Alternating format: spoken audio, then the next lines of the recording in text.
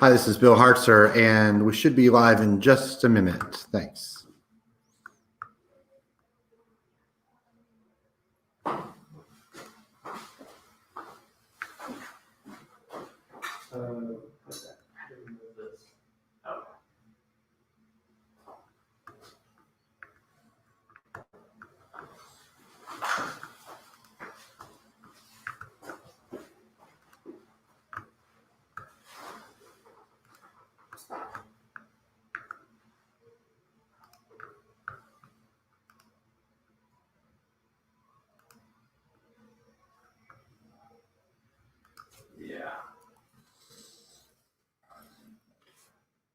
Just a second.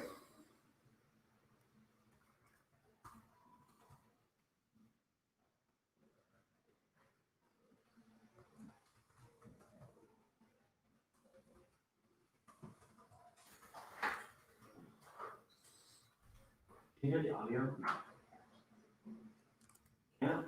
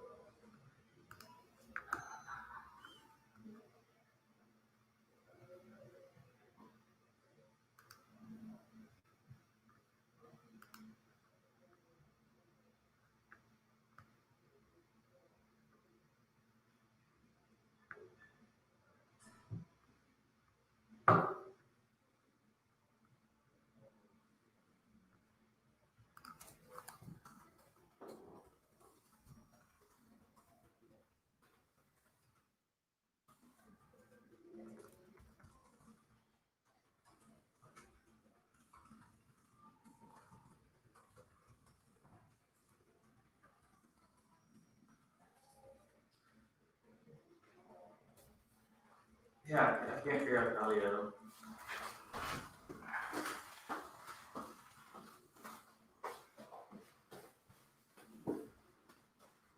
Audio's.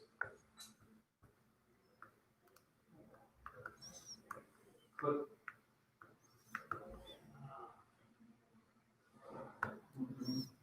Good. Hello, Mark. Hey, hi, Bill. Hi. Go.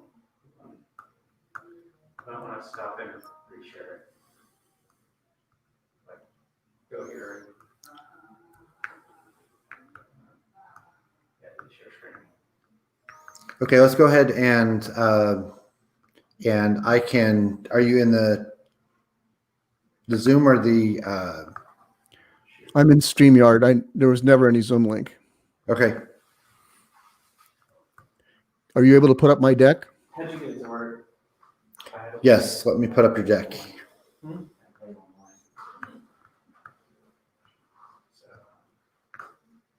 I'm trying to play it through the drive. Do it. Play it through drive.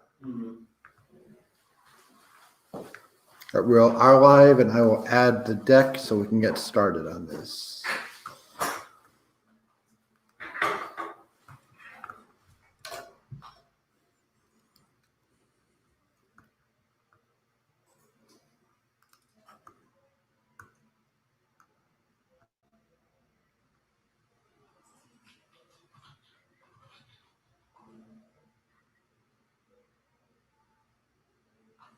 Thanks for those of you that are commenting on StreamYard. For some reason, I can't comment, but I see you. Thanks. Hey, everybody. Hi, Ryan. Hi, Jenny. Hi, Chirby. Taylor. Weird. I'm on the platform, but I'm apparently not logged into the platform, so I can't comment. But we'll do the best we can. I can see your comments anyway.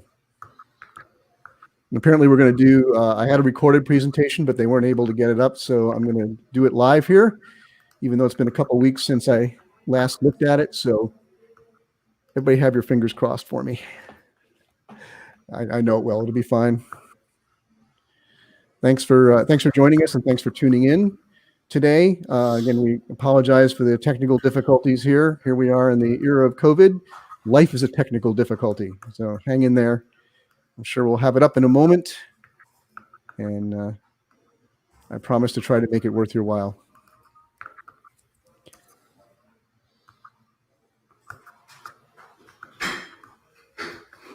While you're waiting, if you can see me, you can enjoy my Godzilla and Tsunami Wave poster in the background. What? Should I just stop it and tell them we'll like put it up, or should, or like, if we're going to streaming something without audio? Yeah.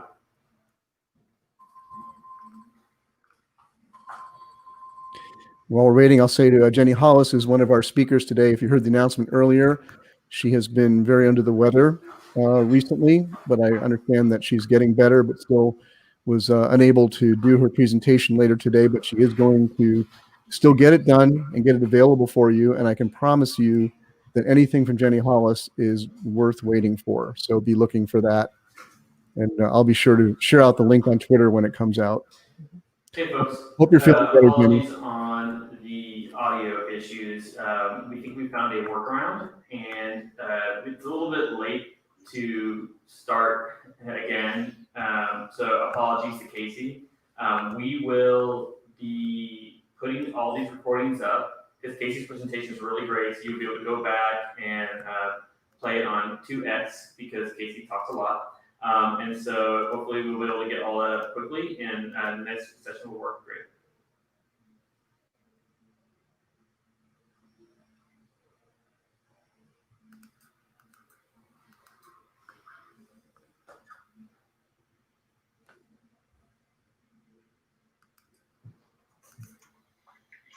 Hey everybody, welcome to State of Search. We will get started with Casey Marquis.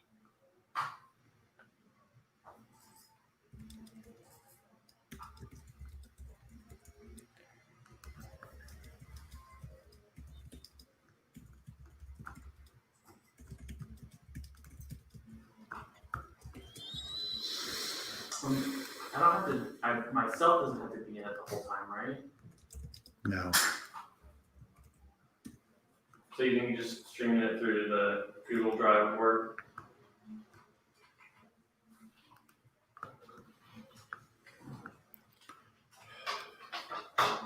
What?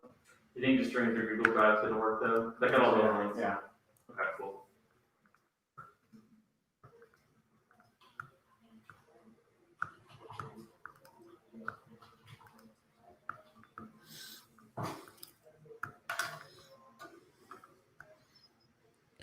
Bill, if you can hear me, Jenny Hollis is asking if you can mute. I think it's because the audio from the other session is coming through on this one because the guy's sitting next to you. Okay, looks like Bill muted. So hi, I'm your host for the State of Search conference now. I'm sure I'll be paid extra for this. How's everybody doing today? Let me know in the chat if you can chat. I don't know where people are chatting, but it's nice to not see you all. For those of you who are part of the State of Search family for many years now, I've been like 8 or 9 years, miss you all terribly. I know we all miss each other so much. We're thankful for these virtual conferences, but glad to hear you're doing well, Taylor. That's good. And we this is obviously no substitute for, especially at State of Search, which has, I think, one of the best experiences for attendees and speakers, just being together in Dallas and the wonderful events and the closeness of that family. I know we all miss it, and we sure hope it'll be back next year. So just missing you all. Looking forward to bringing it up. Yeah, Ryan, especially those bars. Yeah, there's some good bars in Dallas. And the speakeasy. Yeah. Oh my God. The memories there. A few of you listening here know the little speakeasy at the Hilton. I think it's the Hilton in Dallas, has some very incredibly special memories for me with a few very close people. So nice to hear that brought up again. State of Search is one of those conferences that just automatically produces memories every year. It's an experience. It's one of the ones that I always look forward to most, and I'll sure look forward to when we can have it live again. For those of you that have never been to the live one, the Statler. That's right, Ryan. Thank you. It's at the Statler Hotel. They actually have a speakeasy bar where you go in, you have to dial a number into a phone booth, and then you get buzzed in to the back room, to the bars, the old speakeasy experience. But it was mostly, that was cool, but it was mostly the 7 or 8 industry friends that I was with there a couple years ago. At a very special time in my life, I had some special news to tell them, some personal news that was really sweet, and they were all sweet about it. And it just deepened our friendships, relationships. But the value of going to a conference, when those come back, it'll be still worth going to, because there's nothing to replace that in-person experience, both for the relationships and for the discussions that you have in between sessions at night in the bars, those kinds of places. That's something that we can't wait to have come back.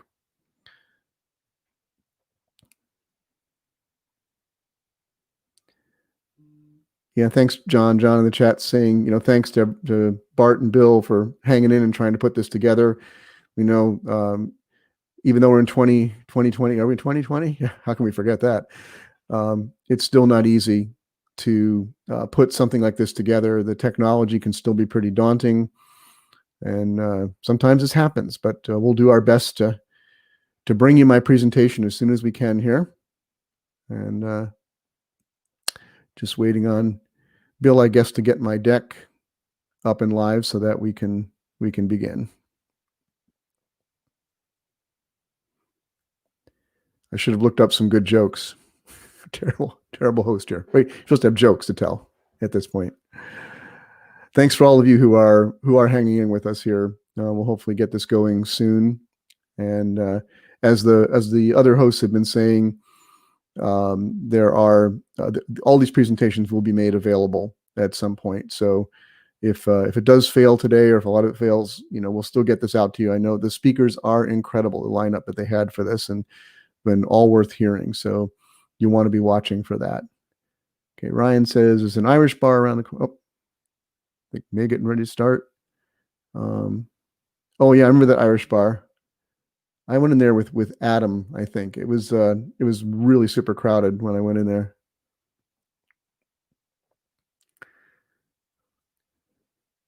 So I don't know. The screen orientation has changed, so I'm hoping that we're getting close to getting started here.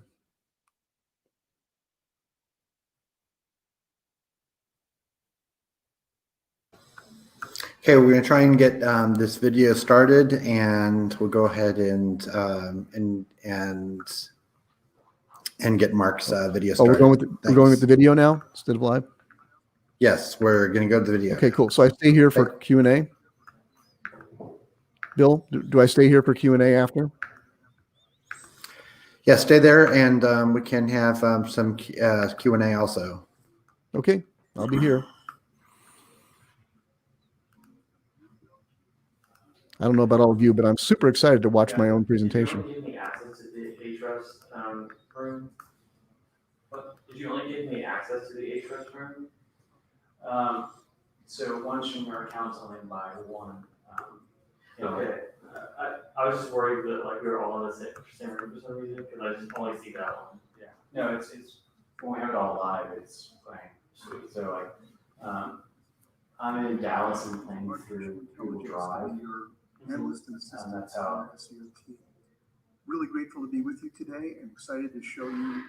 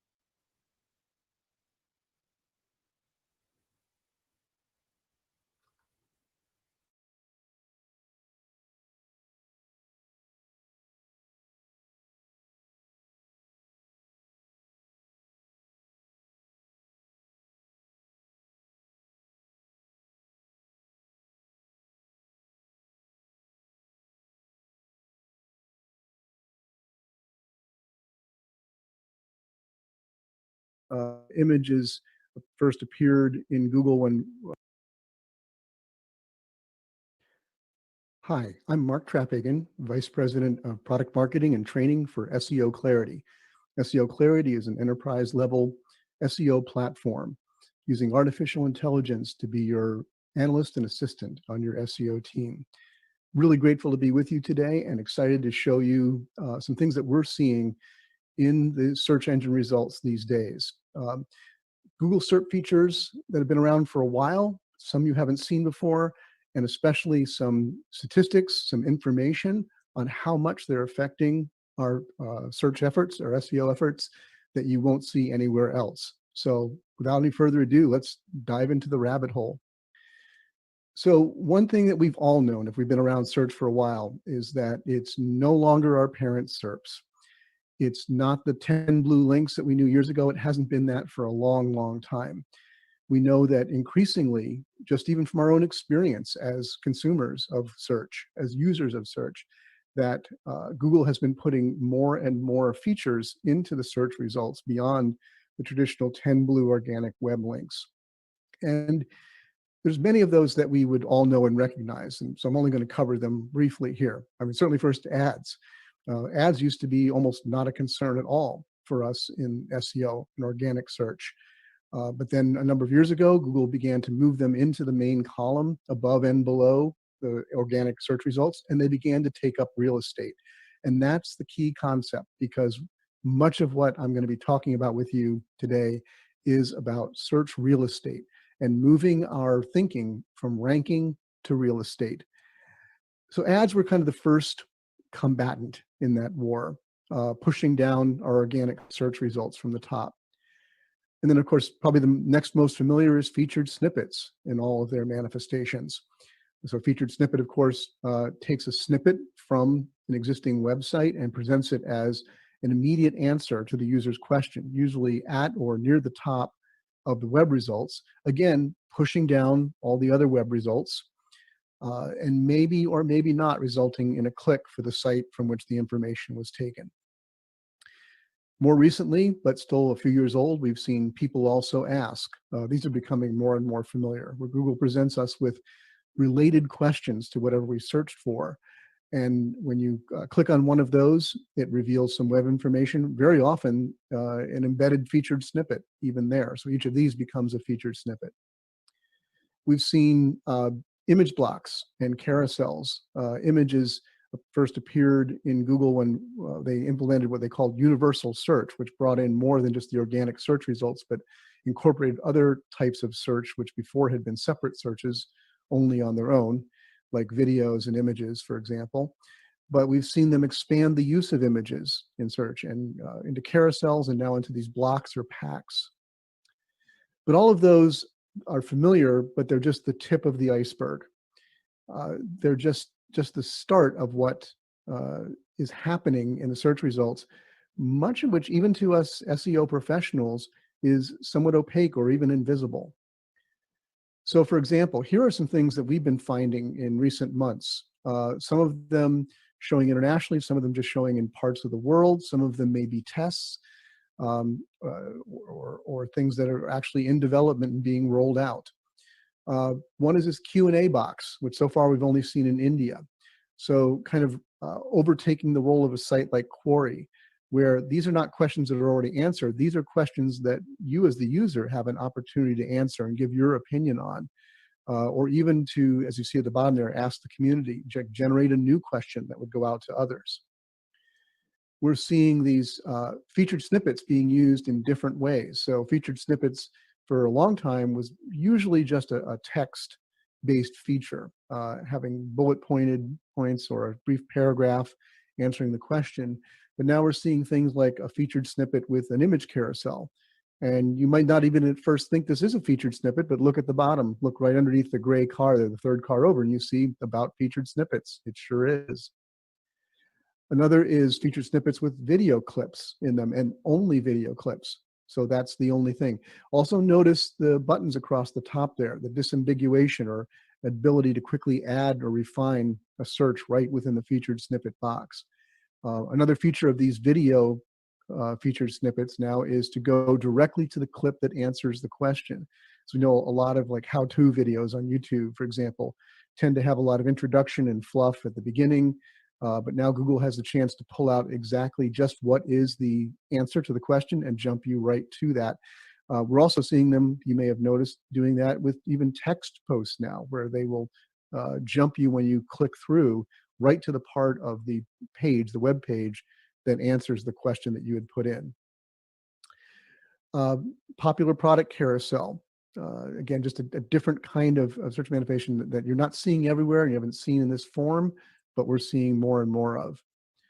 A job pack, so actually doing job listings. There's just all kinds of new areas. You know, flights and hotels were the things that we always use as examples before of where Google was taking over the role of sites like Travelocity or Hotels.com, and now even for Monster.com, job sites like that, job listings appearing right in the search results.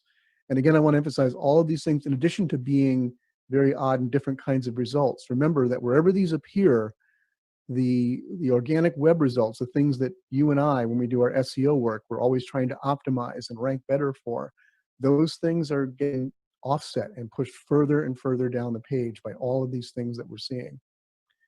So advanced knowledge graph results. The knowledge graph and knowledge panels have been around for a long time, but we're seeing Google do more and more sophisticated things with them. So here in a search for the climate in Dubrovnik, Croatia, we see not only a month-by-month graph, but also links to other information that we might want to know, including like what's the weather right now. Google anticipates maybe if we want to know the climate there, maybe we're planning a trip there. So it gives us a link to travel guides and flights and hotels. So much more advanced and combinative uses of the knowledge graph. Here's an interesting one: find results on. So Google being a search engine of search engines, as it were, leading us to other places where we can do searches for the results that we're looking for. And mobile reviews have been around for a while, but we can see them sometimes expanded in ways like this, where again, they're just occupying a lot more of the real estate on the search result pages. Newer one here, and some of the next ones are going to be from mobile, is visual stories in mobile.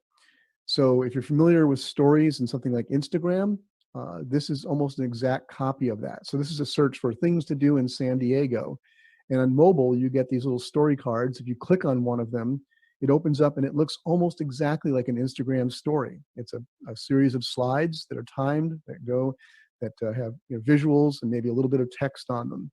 So just a different way of presenting information in the search results. Another rare one here, but existing out there, is the popular mobile carousel.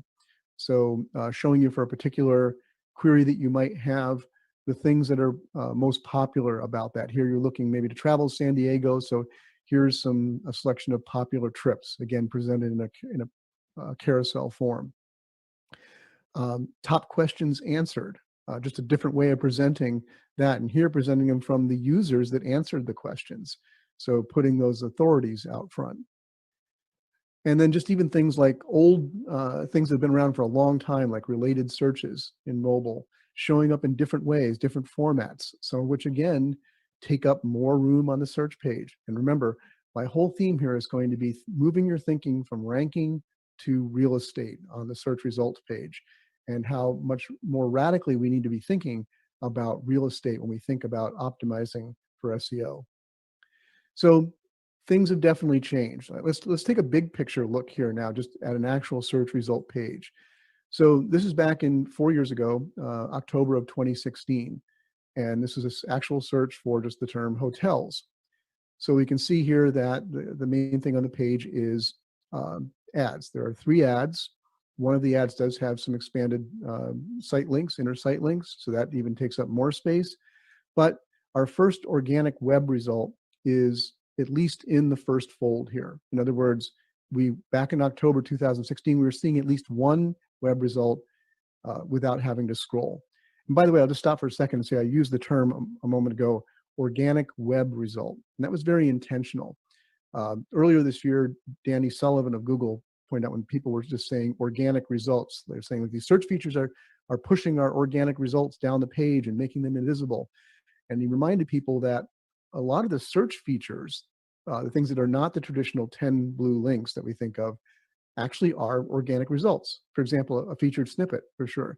That's algorithmically determined, and it is a result from a web page and has a link or sometimes multiple links that you can click through to get to that page. So technically, those are organic results at all, as well. So I use the term, along with Danny here, organic web results to talk about the traditional blue link that goes directly to a website. So back to the point here that in 2016, at least in the first fold on desktop, we were seeing at least one organic result. Here's the same search from this past month. And you can see that I had to zoom way in on the screen capture to even get it all in. So there's the ads. It's the same kind of level of ads, but now we have this huge map pack in there and other information. And the first organic result is now pushed right off that first fold. And by fold, just to be clear here, I mean the part of a user's screen, or the part of a search result page, rather, that is visible on the average common resolution of a user's screen. It's going to be different, of course, for desktop versus mobile, but in any case, what a user sees without doing any scrolling. So now, in 2016, for that same search, that hotels.com web result is invisible unless the user chooses to scroll down the page. And this even applies, this kind of a real estate expansion, I should say, even applies to individual search results themselves. They have expanded over the years. So here's from a few years ago, search for Capo Bay Hotel. And we get this pretty simple result. It's pretty much the traditional organic web result, the blue link at the top, the green indicator of the URL, and then a 2-line meta description. And this even has a couple of little very tiny internal links here, a little bit hard to discern even what those are. Then a short while later, a couple years later, same search. Now we're getting a rich result here, where we have not only more information in the header and the blue link and in the URL line, but now we have a rating line. We have other information that's above the meta description. So the result is beginning to expand. You can see it's not hugely bigger, but it is bigger in terms of real estate, vertical real estate on the page than that first result. And then finally, a more recent search for that, you can see the huge amount of space that same result is taking up. So again, we see expanding search real estate happening even with the individual search results themselves. So it doesn't have to be a featured snippet or a people also ask button that's pushing your result down the page. If you're the number 2 result for this, you got pushed further out of reach to the user over the years just by this result expanding and by the search, or rather the organization, taking advantage of things like structured data to get richer results that take up more search real estate. In fact, what we've seen from our SEO clarity data across thousands of our clients, billions of web pages, is we researched this recently, and we've seen that there's over 1,200 plus unique features that can show up in a Google SERP. Now, that's everything from an ad to a featured snippet to a people also ask, to reviews, to site links, to all kinds of rich results. And admittedly, a lot of those things are things that are very rare or only show up for very specific kinds of queries. But it's amazing to think that there's over 1,200 different variations of things that can show up in a Google search result. Now, 200 of those are found in more than 2.2% of the keywords. So these are the common ones. That's still a large number, and it's still a lot of things to contend with. So let's now get into, this is the part where I was going to told you and teased you that I was going to show you some things that haven't been shown anywhere else. You're the very first to see these. This is a very recent study that we conducted, again, looking at over almost 1.4 million keywords across a wide range of industries to see what exactly the state of the SERPs are today. And I think some of these statistics are going to be very interesting to you. It may be surprising, maybe shocking. Our first number is 21. And that's the average number of listings on the first page of Google. And what we mean by a listing here is anything that takes up space on the page, anything that's a result. So again, could be an organic web result, could be a featured snippet, people also ask box, a video carousel, anything on the page. This is the average number. Don't think in terms of 10 anymore. It's actually double than that. And since it's an average, in many cases, it's a lot more than that, things that are taking up space on the search result page. 57.1%. This is the percentage of keywords with something other than an organic web result in the top spot. So in far less than half of all of the queries we looked at, remember 1.4 million queries and keywords, an organic web result was not at the top of the page. 25.9% is the percentage of keywords with no organic web results in the first fold. So a quarter of all the results we looked at, you could see no organic web result without scrolling down the page. And 40% is how far down the page the first organic web result is when they even show in the first fold. So this is just looking at ones where there's at least one organic result in the first fold. And even then, on the average, it's at least 40% down the page. So all of this tells us that our focus can't be on ranking alone anymore. If you're just looking at ranking, you're missing a whole lot of the picture. In 2020, it's all about visibility. Are you actually visible? How visible are you? How hard is it for a user to actually even see your result, let alone decide that they're going to click on it? That's what we are leading our clients to optimize for, to think about, to strategize on, rather than just rankings. So the question here is, can you even be seen? That's what you need to be asking yourself about these days, not just do we rank and how high do we rank. We're moving our clients from share of voice thinking to share of visibility.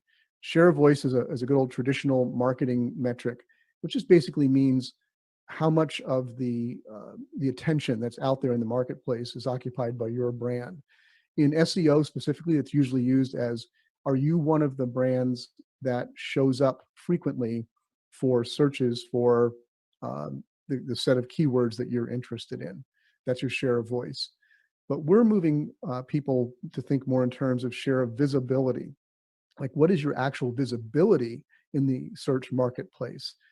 How much are you showing up in a way that users are actually likely to see, and let alone click on your results? We think that's a much more critical way to think. So let's talk quickly through some ways of how we would measure that. How do we measure visibility in the SERP? There's a number of different methods that can be used, and there's tools out there, including our own visibility share, that use some or all of these. None of them use all of them that we do.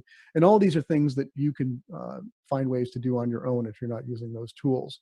But one way is by pixel depth. And this kind of is the most intuitive, perhaps, saying like measuring how many pixels down the page your search result is. So for this particular brand, we see here in our tool measuring pixel depth that for the keyword hoodie, that over the course of a week that they dropped 551 pixels, and there's 551 pixels further down the page.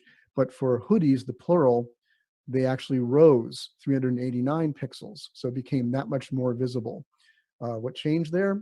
Maybe their ranking increased, maybe some search features changed. Google took something out of the SERPs or made it smaller. Some visual change there. You'd have to go look to see what that is. The next way of thinking about SERP visibility is in terms of folds. We already defined a fold before. The fold is either on desktop or mobile, how much a user with an average screen resolution sees before they do any scrolling. So at SEO Clarity, we talk in terms of first fold opportunities as a way of thinking and strategizing about visual search or search visibility. So here in this search result for hoodies, we see that at the average screen resolution of 1028 by 765 on desktop, there are some ads up there, and then we see the first organic search result is inside the first fold. So we call that a first fold opportunity. if search features and ads are taking up all of the first fold space, then there's no first fold opportunity. There's nothing you can do other than trying to get into, if there's a featured snippet up there, or people also ask, or an image carousel, trying to optimize to get into that. But there's no organic ranking opportunity to be visible in the first fold if there's not a result there. But in this case, there is. So this competitor, this domain here, if they just optimize a little better and they move up position, they're moving up more than they think because they're moving into the first fold. And all of our research shows that appearing as a result in the first fold has a marked increase on your click-through rate over just being the first result otherwise. And remember, with all of these, again, you could use a tool like ours, but you can also look at the SERPs for a keyword to see where it's positioned and see its actual visible position on the page. So another place is first page opportunities. This here in our tool, we measure this and saying for this keyword dresses, we can see in a particular week that there were 17 results, meaning, again, all those kind of things that can appear on the page, whether search features, ads, organic results. But then a week later, it had gone down to 14. So either their ranking for dresses went up, or the search page changed and some features went away or got smaller, some combination thereof. But the opportunity now has increased. If there's less competition on the page, then this becomes a more valuable keyword. And by the way, that's a key thing to keep in mind here. This is not just a ranking way of thinking. It's also about a way of thinking about how you evaluate your opportunities. If the SERPs are too crowded and it's going to be too hard to get your keyword visible, then that keyword might be less valuable than a keyword where you can get more visible. Another way is by looking at what we call true competitors. And this is saying our true competitors now in search are not just other brands or other companies who are ranking in the search results, but these search features again. So here in this case, you see at the top of the highest ranking competitive domains or results are things that are all search features. People also ask, a local pack, PPC ads, etc. And finally, a way that's proprietary to us, but I think a good way of thinking it makes it very comparable, is something we call visibility share or share of visibility.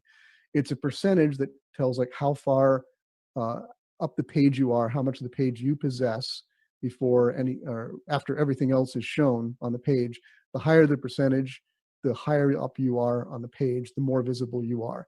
And it's a weighted percentage. It takes in other factors like how much do the things above you, how much are they likely to be clicked? How many opportunities are there for them to be clicked? And weights that in. So it's just a way of thinking, of comparatively thinking in terms of like what's the total value here, taking visibility into account. Let me finish by showing you a quick case study here of a client and how they made use of this visibility thinking to increase their click-through rate and therefore increase their traffic in a highly competitive situation. Sparefoot is a great aggregator of moving and storage spaces, and their problem was, as they came into the COVID era, that the SERPs where they were competing were just so overpopulated and their click-through rate was low.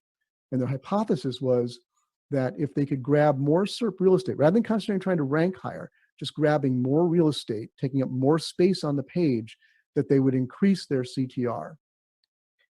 So they employed these two tactics. They added structured data to wherever they thought that they could earn a rich result to expand the actual result that they were getting, their ranking result on the page, and take up more real estate. And they also targeted and attempted to capture search features wherever they could, where that seemed to be an advantage. So first of all, they identified the SERP features to target. They looked at their competitive situation. What are the SERP features we're competing against that are taking up real estate, and which of those can we get? They decided to go after people also ask boxes and image carousels in particular. And here's their results. Now this is just for the pages they optimized with FAQ schema, but they saw similar improvements across the board for everything that they tried here. The first two you see are major increases in organic CTR and their rankings, just by optimizing in this way for more search visibility. But from the visibility thinking standpoint, the other two are critical as well. So they actually push down their competitors' visibility in search, making it less likely that people would click on their results just by increasing the size of their own results in the search result page. So the question here that you need to be asking is not how are you ranking, but how visible are you? And I'm interested to hear from you how that will change your thinking and your strategy as you prepare SEO into 2021 and beyond. So thank you very much. It's been wonderful to be with you today. I enjoyed presenting this to you, and I think we're ready for any questions that you might have. Thanks again for letting me share.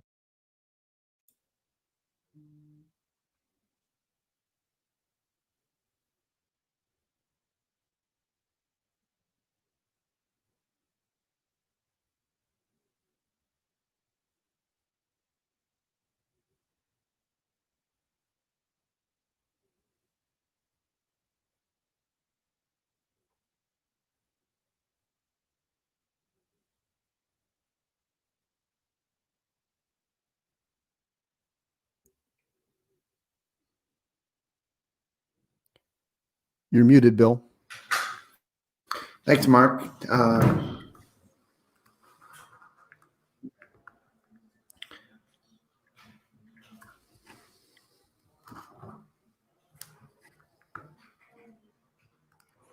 Guess we're going to do some Q&A now, if there is any. I can see. All right, thanks, Mark. Do we have I'm any, looking at the have any YouTube comments here. So if you're in,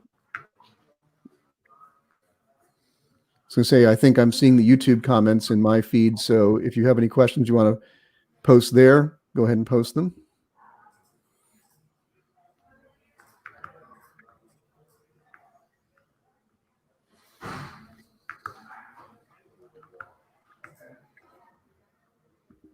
Okay, I don't, not seeing any. Let's see. Just got one now.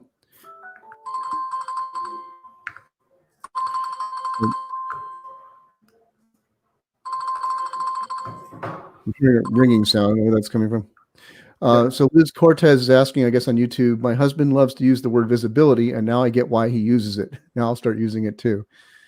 Yeah, it's just a mind shift, and I think it's the way that we have to think about the SERPs now. And I don't mean to imply in my presentation at all that ranking doesn't matter. It's still a matter of, part of visibility is how high on the results page you are. But with the amount of crowding out on the SERPs these days, you've got to think about more than just ranking. Ranking is just like the entrance point, the table stakes, if you will, to getting traffic through organic search these days. Now you've got to think about visibility.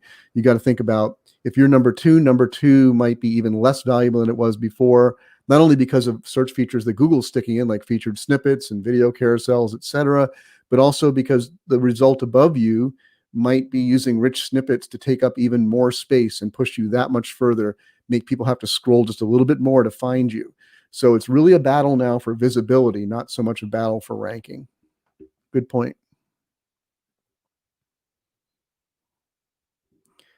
Again, if you're watching via the YouTube feed, it looks like I'm able to see the comments from that. So if you have a question or a comment, please post it there. You can always reach me on Twitter, just my name, @MarkTraphagen. Be glad to answer any questions there as well. So Liz again says, local businesses like dentists and Pilates studios, do you notice anything interesting in your study? We didn't single out local businesses, but I would say the issues are the same or similar, maybe even worse for local search, because there's always search features in local search. First of all, Google My Business types of things and ads are going to be very prevalent there. So I think the issues are fundamentally the same. It's if you don't have a tool like ours or any other tool that measures these things automatically for you, at least take the keywords that matter to you and go actually look at the search results. You can see a lot and screen cap them and watch them over time. Is your result being pushed further down, going further up? Are there search features that you might be able to capture, like a featured snippet that will jump you to the top? I think as much as many of us have liked to gripe about featured snippets and say, they're taking our traffic or they're unfair advantages these days, they become more important than ever showing up there, because if there's a featured snippet on a mobile result, say, people are going to have to willfully scroll down maybe several times to see your organic search result. So if you can do anything to capture that, it's going to be that much more valuable. So the principles are the same, I think. And I see Yenna asking, have you seen anything different for B2B businesses or trends similar across the board? There are certainly variations. We're going to be, I should say that SEO Clarity is going to be in the near future publishing a much more detailed version of the study that I showed you today. So I'll be watching my Twitter feed or the @SEO Clarity feed for that. And we will have things broken down much more by industry verticals, a lot more details in that. But again, the principles apply across the board. And I urge everybody to use a good tool or to look at the SERPs for your results.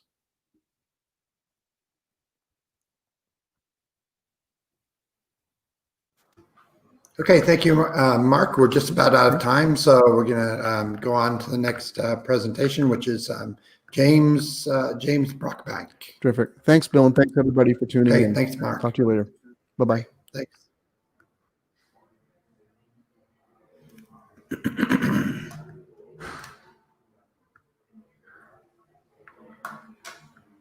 Hey. Hi, we're live, so we're going to go ahead and get started. I'm going to go ahead and start the presentation, and then you can hang out, James, and we can have some Q&A just right afterwards. Sounds good. Sounds good. And in the meantime, there is the chat on the right side, so if you see any questions, feel free to jump in there. Amazing. Will do. Thank you. Okay.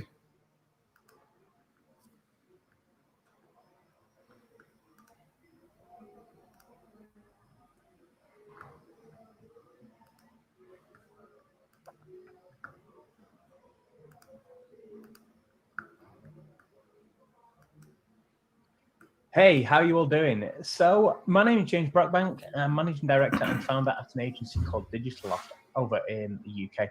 And today I want to talk to you about how to use PR tactics to build better links. And I want to start by addressing a challenge that we all face as SEOs, and that's how to scale link building.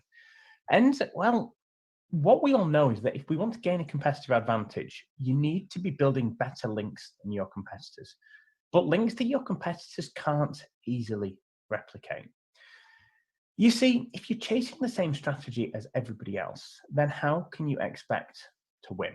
And I'm going to take a pretty good guess that most of your competitors are going to be building links with, say, paid placements, guest posts, or perhaps resource links. And what I'm not getting into the sort of morals, the ethics, and the effectiveness of these tactics. That's not what I want to talk about today. But what we know for certain is that these are all tactics that your competitors can easily copy.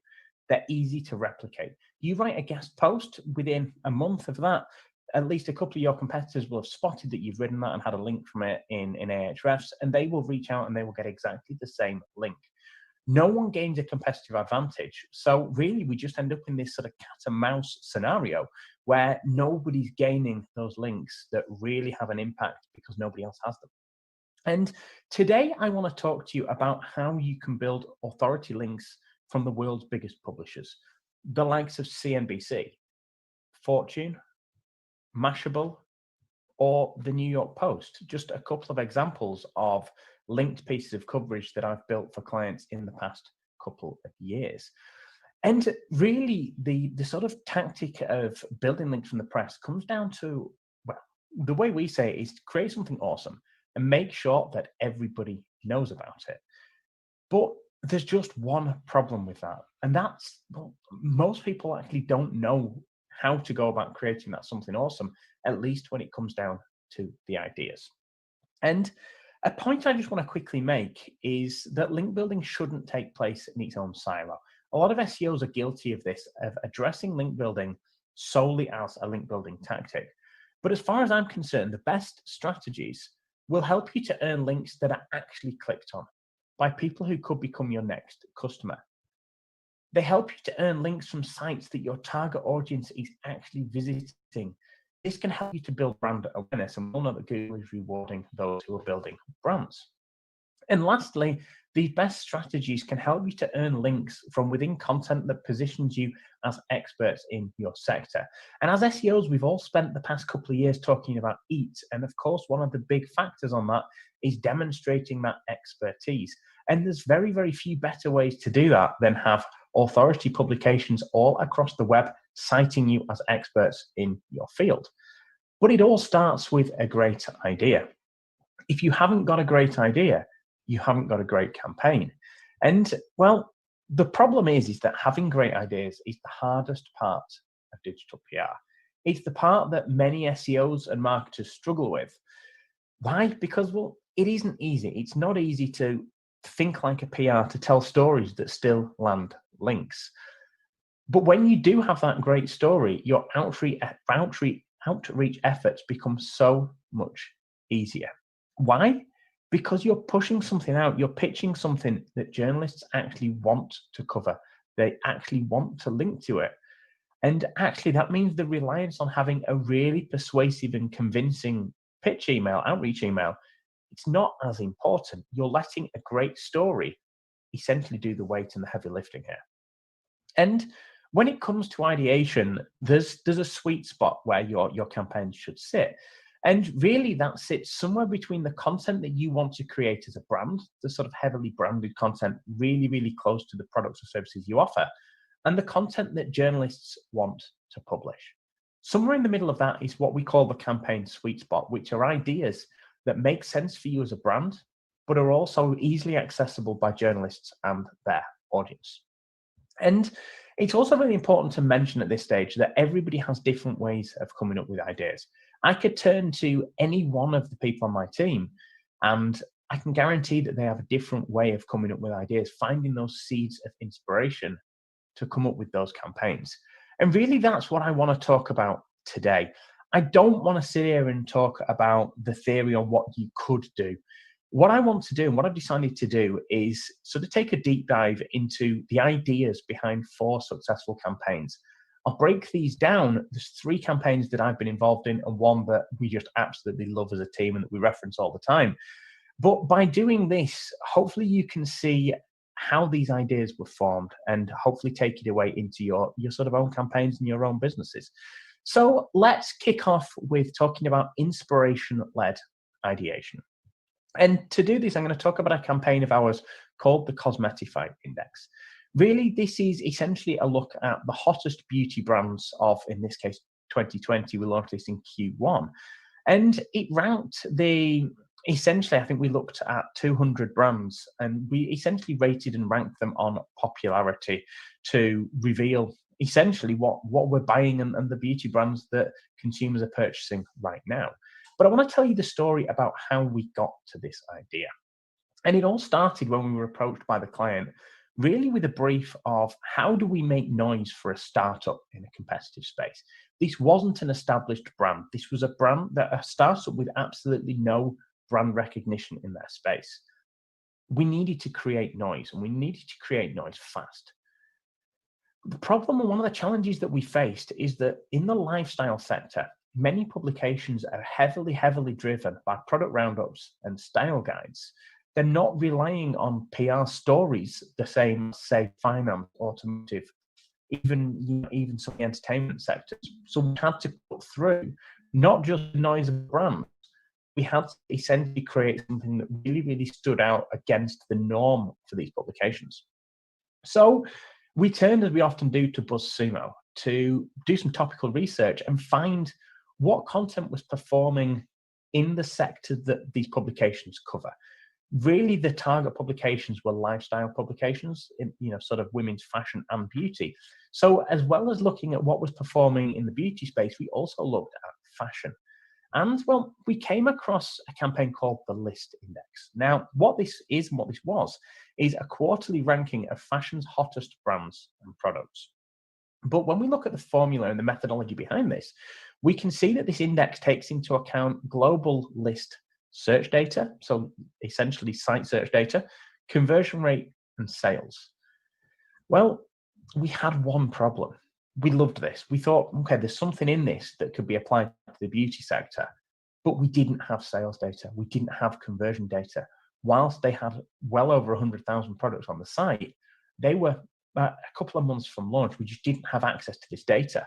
So what did we do? Well, we turned to public data that demonstrates popularity. We combined data from Google Trends with data from social media platforms such as Instagram that showcased essentially the influence that these brands had on consumers.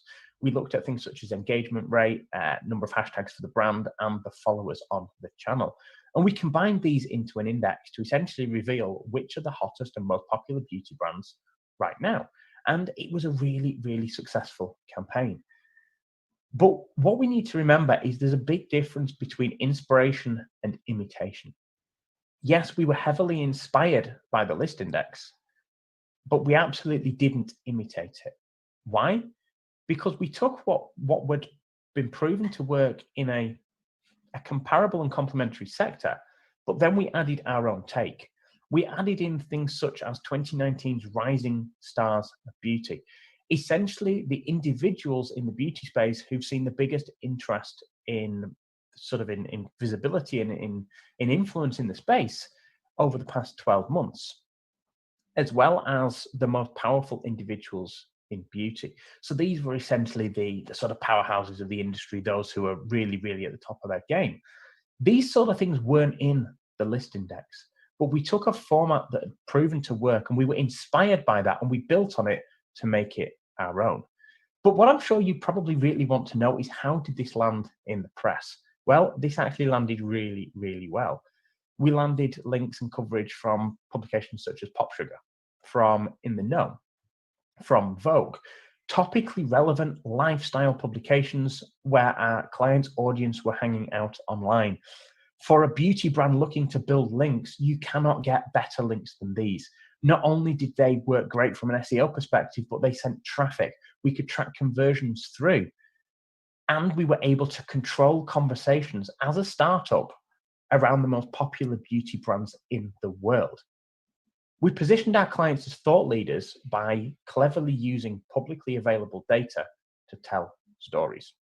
And the real result of this was topically relevant authority links at scale from well over 100 unique domains that sent traffic and positioned as experts. And what I want to add in at this stage is that this is a campaign that we relaunch sort of twice a year. We can continue to control those conversations. We regularly have journalists reaching out and asking when the next edition will launch. We've found something that works and we're able to keep updating it with new data to keep those conversations ongoing and those links coming in. And really my top takeaway here is to monitor what others are doing and don't be afraid to take inspiration from their campaigns. But just a quick note on where to find that inspiration. Well, if you're not already, I recommend you go and sign up to the Content Curated newsletter. Every month, you'll get a sort of a roundup of great campaigns into your inbox. And also go and follow Digital PR Examples on Twitter. Again, almost every day, you'll see great campaigns from all over the world shared that you can take inspiration from. So then moving on to our second sort of approach to ideation. Well, we call this launching something bigger and better. And to talk you through this, I want to dive into our 2018 Pet Rich List campaign. Now, this was a campaign that we launched for a pet insurance comparison platform. And as you can see, this has earned well over 500 links to date. And it's a bit of a fun campaign. It's a little bit silly, but it was really, really effective and in line with the client's brand and their target audience. But one of certainly my personal favorite way to come up with ideas is to just spend some time browsing the publications that we want links from, so to get a feel for the content they're writing, not even necessarily PR campaigns, just articles that they're writing. And sometimes I'll go back 2, 3, 4, even 5 years sometimes and have a look at how these performed on social, how they generated tractions. And when we came across an article in Country Living titled "The World's Richest Chicken Has More Money Than Most Americans." Really? A chicken that's a multimillionaire? This sort of stood out amongst a sea of pretty bland and boring articles. And we started digging deeper into this. And we came across another article from Vanity Fair that was titled "What Happens When Someone Leaves Millions to a Pet?" Now, this sounds absolutely crazy. But there is sort of a world of rich individuals who are leaving an absolute shit ton of inheritance to animals. And whilst this sounds, it does, it's absolutely crazy. But we knew we were onto something here. We could find articles, but nothing sort of more substance. So what did we have here? Well, we had this concept of dogs worth millions. And actually the world's richest pet is a dog called Gunther, who I think is worth $375 million. Crazy, crazy money. And then we started thinking about how could we portray this? Well, we're all familiar with the Forbes Rich List. So we sort of started thinking, and again, it was a bit of fun at first. We thought, well, could we launch the Pet Rich List? And that's exactly what we did. We dug deep into articles, into references around these pets that have been left crazy money. And every time somebody does this, it gets covered in the press. But nobody had ever really gone deeper than maybe 5 or 10. And some of them were old, some of these were out of date. So we compiled the Pet Rich List. And really what we did is we went bigger and better than the articles that were already out there. We didn't totally reinvent the wheel, but we found, again, inspiration in articles. This had never been sort of compiled together.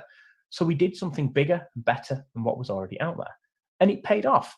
We landed link coverage from places like the New York Post. We hit the Metro. Again, really authoritative top-tier publications.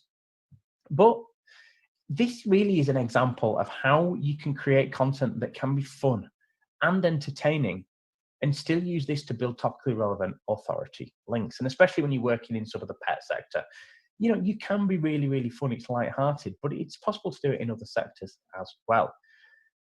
But I want to drop in here the importance of being reactive and the fact that these sort of data-driven creative campaigns shouldn't be a one-trick pony. They can continue to work hard for you sort of going forward on sort of instances, but you need to keep an eye on what's happening in the news, and then you can be reactive. And February 2019, we heard the news one morning that sadly Karl Lagerfeld had passed away.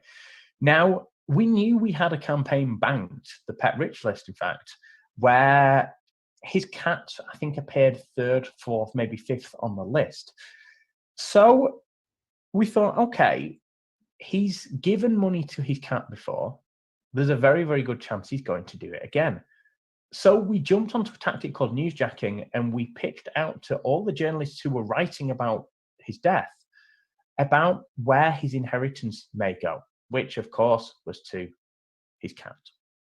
So we hit coverage from publications such as Market Watch, from CBS News. I think in total we hit about 50 pieces of link coverage in the first 24 hours.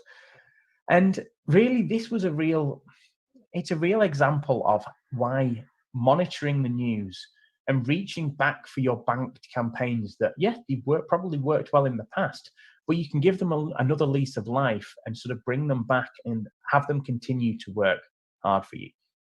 But the key takeaway here from sort of, you know, making things bigger and better is read the publications where you want links from.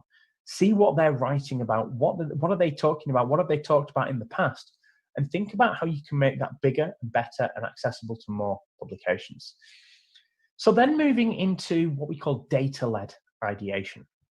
Well, the campaign here is what we've now dubbed our InstaWorth calculator. And as you can see, this has earned over 1,750 links, one of our best performing campaigns ever. And really, what is it? Well, it's a calculator that allows you to put your Instagram handle through, and so you can see how much you could be earning as an influencer. But where did this come from? Well, initially, this came from a trending topic. The client who we were working with is they're a photo printing company who specialize solely in printing Instagram photos. You connect Instagram and you can print your photos, and they post them to you after a couple of days.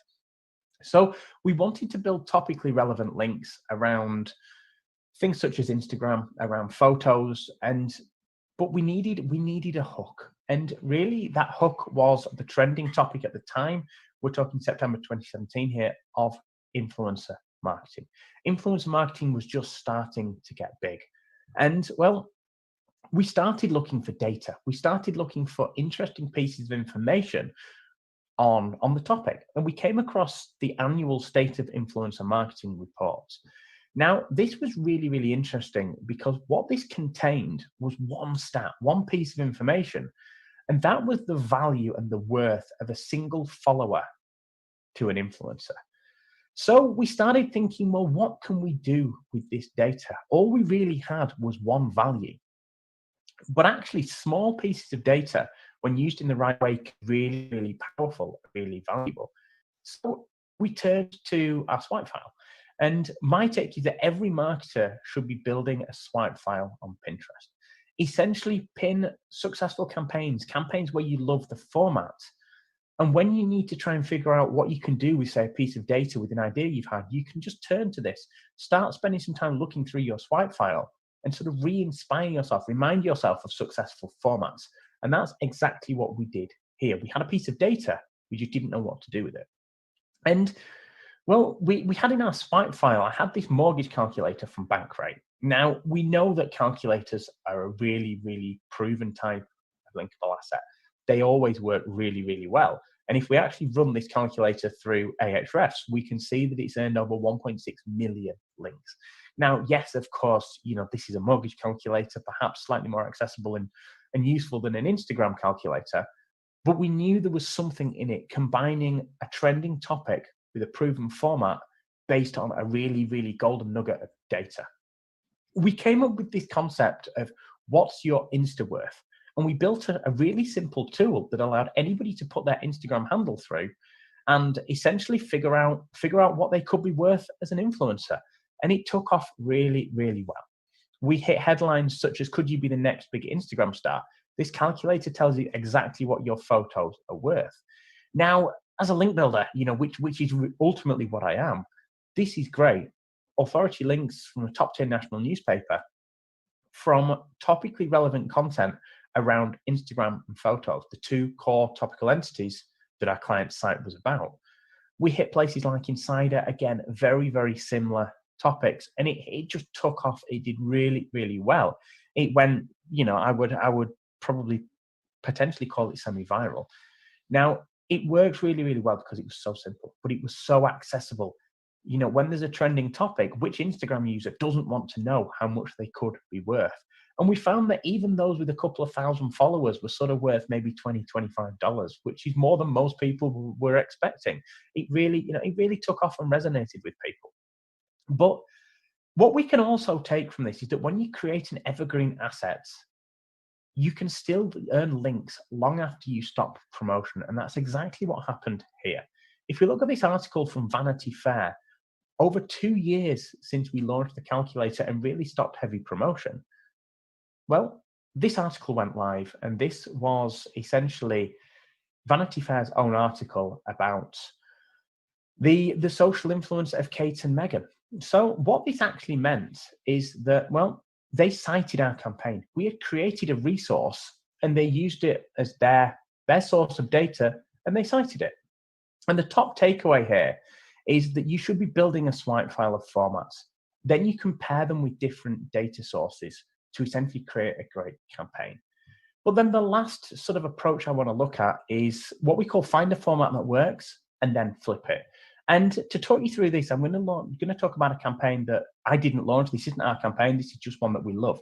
And this is by a company called Wallet Hub. And this looks at property taxes by state. And we can see that it's earned 19,000 links from well over 3,000 domains. And it's earned sort of national coverage from essentially headlines such as homeowners pay the most property taxes in these 10 states, with a really emotive hook to any one of us of where does your state fall. But then we also see it hooked into things like, here's how much you'll really need to buy your first home, another clever hook.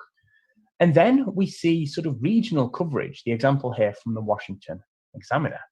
And well, this is really, really super smart for 3 key reasons. Well, the first is that when you can hook a story both nationally and to every single state, you've hit gold. You've got so many different ways that you can span out opportunities to pitch into journalists, so many relatable stories to so many different publications. But there's also an opportunity here to refresh the data and pitch it out every single year, which is exactly what Wallet Hub do. Those 3,000 referring domains haven't been earned from one pitch out. They've been earned, I think, over 3 or 4 years, where it's been updated time and time again.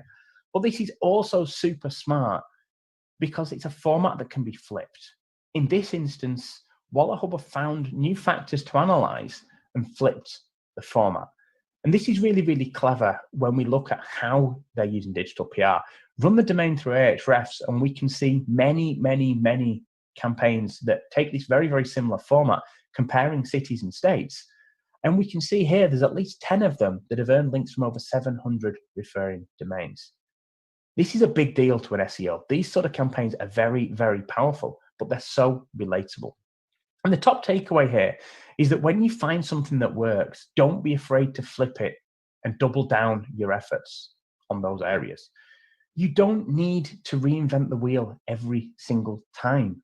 You just got to create something that people want to talk about, people want to cover, and that people want to link to. But ultimately, what you really need to make sure you're doing, and the ultimate recipe for success with digital PR, is not being afraid to think big. So thank you very much. Been great to present, and yeah, I hope you've learned some great insights there. And yeah, thank you very, very much for that.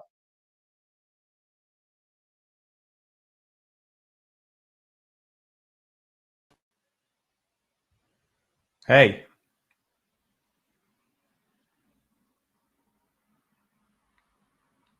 I think you're muted, Bill. I guess I need to unmute. So thanks, James. If anybody has any questions, feel free to jump in the chat and ask any questions. We'll have a few minutes, but we'll go ahead and do some Q&A. Yeah, if there are any questions, please feel free to ask up. It's yeah, happy to answer anything that there is.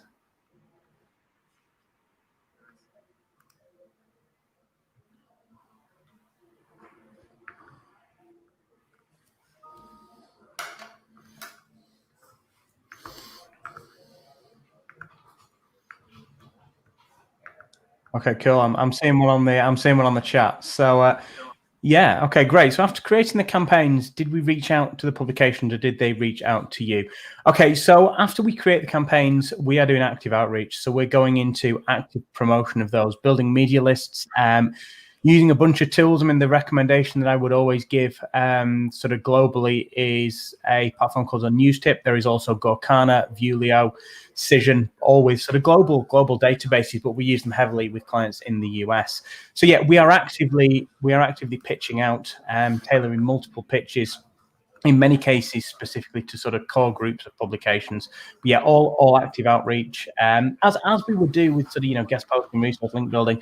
It's applying those tactics to a sort of PR driven asset and campaign, finding the right journalists based on things they've covered, based on the sort of conversations that the content they're covering on a daily and weekly basis, and really pitching it in with that hook as to why should they cover that content.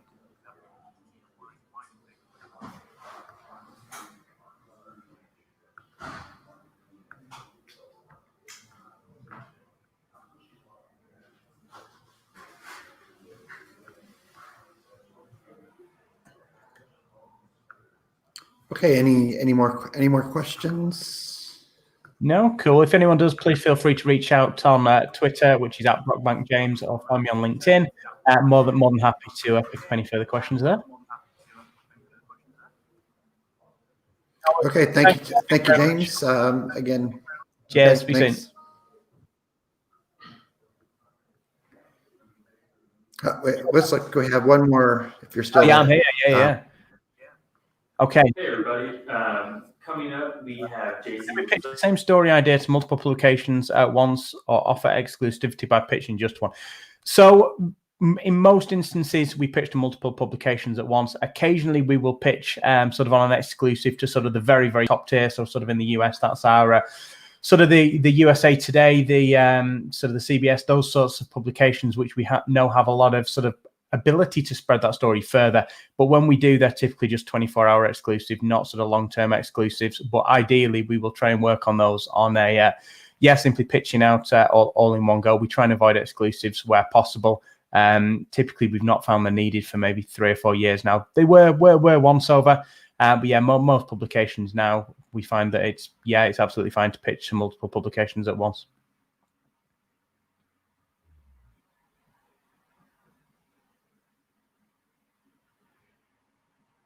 Cool. And I think we see one more there, Bill. Eric. From a so from a quantity perspective, how much content do we recommend per month? That very, very much depends on the sectors that we're working in. So in sort of very, very sort of competitive sectors, finance, etc., we're often launching, say, one sort of big asset a month. In others, we're often launching, say, one asset per quarter. So we look very, very much on the competitiveness. And really, it's, as with any other link building, we figure out the link gap. We say, okay, well, actually, what do we need to build link-wise from a quality and a quantity perspective? And then that sort of dictates the sort of the speed and the frequency of campaigns that we would launch and the other activity, really, to sort of close that link gap against competitors and then gain a competitive advantage.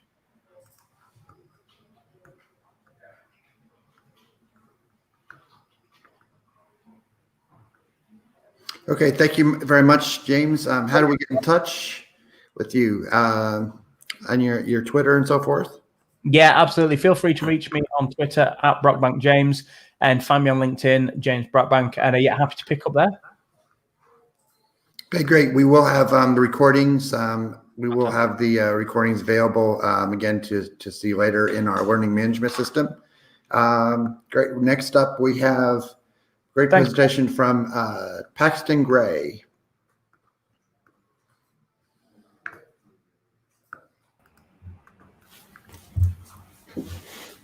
Hey, how's it going? Hi there. We're going to go ahead. Good. So we're live here. I'd like to go ahead and start your presentation, and then we'll have hopefully you'll stick around and we'll have some questions afterwards. Sounds great. Looking forward to it.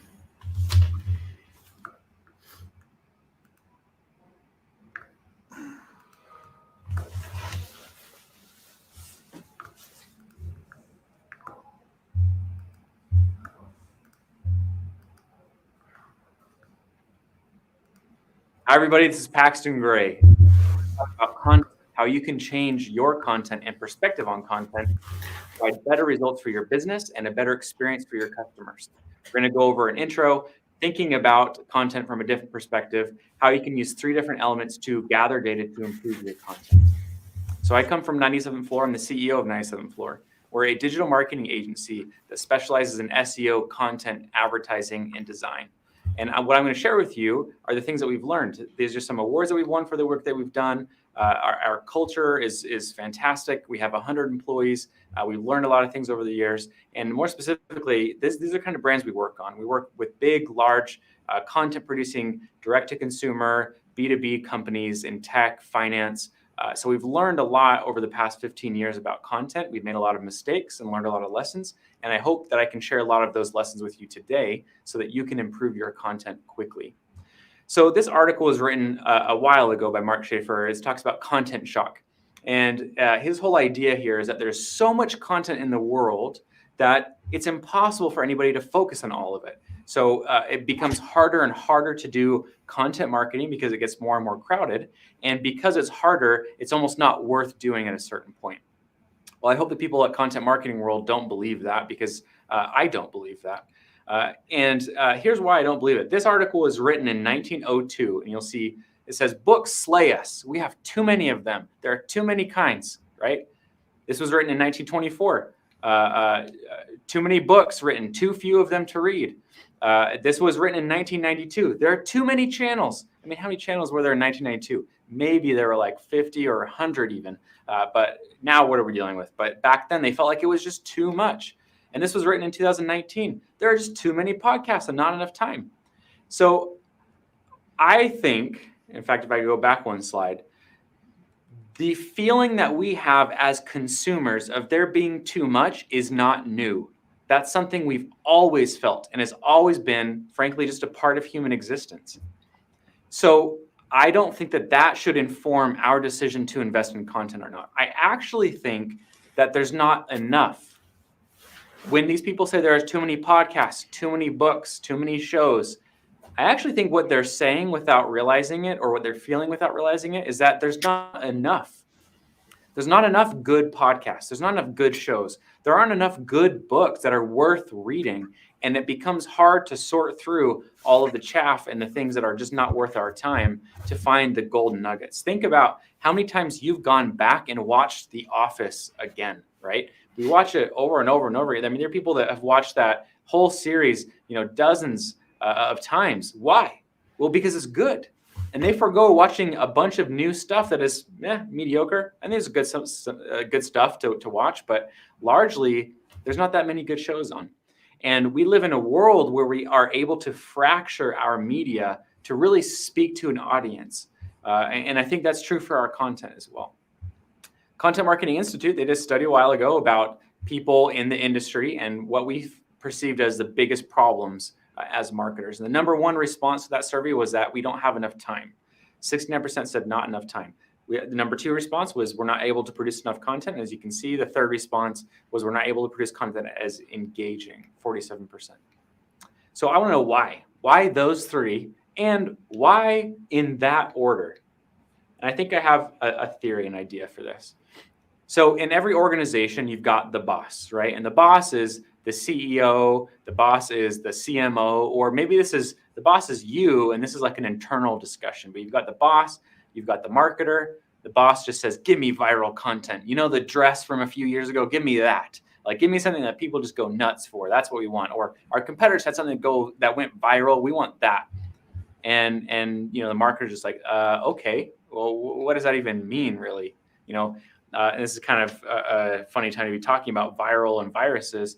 Do you really want to compare your content to a virus? What we're talking about when we talk about our content going viral is we're focused entirely on how it spreads. It spreads exponentially. And without saying it directly, when we talk about our content going viral, that means that we are inherently focused on what we get out of the content. Do you think a virus cares about the people it affects? No, not at all. It just is focused on spreading and reproducing, almost against the will of the host or the recipient.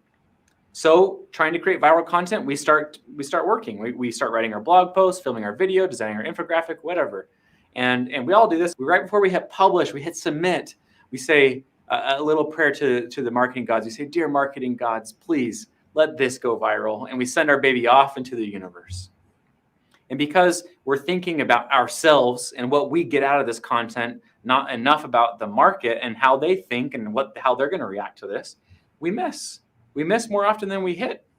And because we miss, we respond by just creating more content over and over, videos, white papers, infographics, blog posts. It just is endless, the amount of content that we're producing as an industry as a whole. So I think the reason we listed these three as our top three concerns is actually because of number three here. It's because we're not able to produce content that engages. Because if we could produce content that engages, we wouldn't have to spend as much time, right, producing that content, and we wouldn't have to produce as much of it, which is our number two concern. So really, it's almost the problem that we listed this as our number three concern rather than our number one concern, which really it should be, is producing content that actually engages our audience. And it's crazy that only half of us responded as that as our primary concern. So how do we create content that engages? I think about, obviously the brain is not divided in terms of like there's a Bill, can you remove that lower third? We know that, right? But it's still like ourselves, we're kind of divided in that way. We have an analytical side to ourselves and we have a creative side. Sometimes they work together, sometimes they're in conflict. But in the content production process, I like to think about the marketer as this, half analytical, half creative person. If we only engage the analytical side of ourselves, which we do sometimes, that produces content that frankly just doesn't, it's very hard to get content like that to resonate. So what we need to do is use our analytical side of our brain to gather information specifically on our market, how they think, how they act. This is the traditional research stuff that we were taught in school and in marketing, right? Gather as much of that information as possible. But then we need to activate the creative side of ourselves to crunch that information and turn it into a creative solution that will speak to our audience in the way that they want to be spoken to. David Ogilvy has a good quote on this. He says that big ideas come from the unconscious, but your unconscious has to be well informed or your idea is going to be irrelevant, like the Michael Jordan idea. So stuff your conscious mind with information, but then unhook your rational thought process. Let your brain do what it does really well, which is actually chew on the information that it receives. Whenever we have a gut feeling, what that is our brains have been gathering all this information and suddenly made a connection. So how do we gather that data? I'm going to give you 3 ways to gather some data. There's hundreds of ways to gather data. Can we remove that lower market, third but I'm going to give you 3 cool ones that you can use today, as well as some giveaways and tool suggestions that you can use right now. So here's what it looks like in execution. SpyFu, great tool for this. I love SpyFu. Mainly, I mean, it's super cheap and it's really fast. It kind of does what it's supposed to do really fast. So go to SpyFu. You just click on SEO keywords. And it brings you here. So let's pretend for this example that we are the marketing team for Acorns. So if you don't know Acorns, they're a micro investing. You invest spare change. They invest in mutual funds. It's an app. So we're going to take Acorns. We're going to plug them into SpyFu. We're going to click Go, basically, and get everything that Acorns ranks for, along with bid, volume, and difficulty. So that gives us everything they rank for. Tons of keywords already. We're going to export that, save that as a CSV, and I'm just going to set it aside for a second. Now I'm going to go to Betterment. I'm going to go to Stash. I'm going to go to Robinhood, all their competitors potentially. I'm going to plug them into SpyFu, see everything they're ranking for, export all of those, and save them as CSVs. And I'm going to set them aside. So now I've got 4 CSVs of my keywords and all my competitors' keywords, and I'm not done yet. A lot of people will stop there. The next thing you need to do is go to publishers that talk specifically about what you do. So don't go to Forbes if you're Acorns. Go to things like Mr. Money Mustache or the Penny Hoarder, right? They're about micro kind of investing and small finance. They're not big financial investors aren't reading these blogs, but the kind of people who use Acorns are reading these blogs. So the reason that's important is because these publishers rank for thousands of keywords that your competitors have never heard of before. And so this is going to give you an edge. The competitors, that will allow you to find areas where you can compete with them head to head because they're already ranking for it. But the publishers allow you to go around your competitors and rank for things they don't even know exist.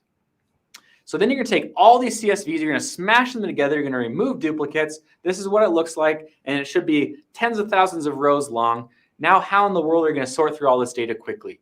I built a template, and all you need to do is take all your data, you plug it straight into the template, and it will get to work. It takes a second to run, but it will color code every cell based off of how it compares to the rest of the cells in that column.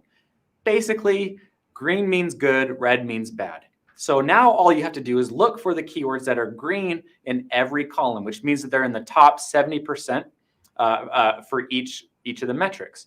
If you look in this row right here, all you need to do is sort, and everything that has a 1 in it means it's green on every column. So now you can take 40,000 keywords, plug it all in here, just sort by column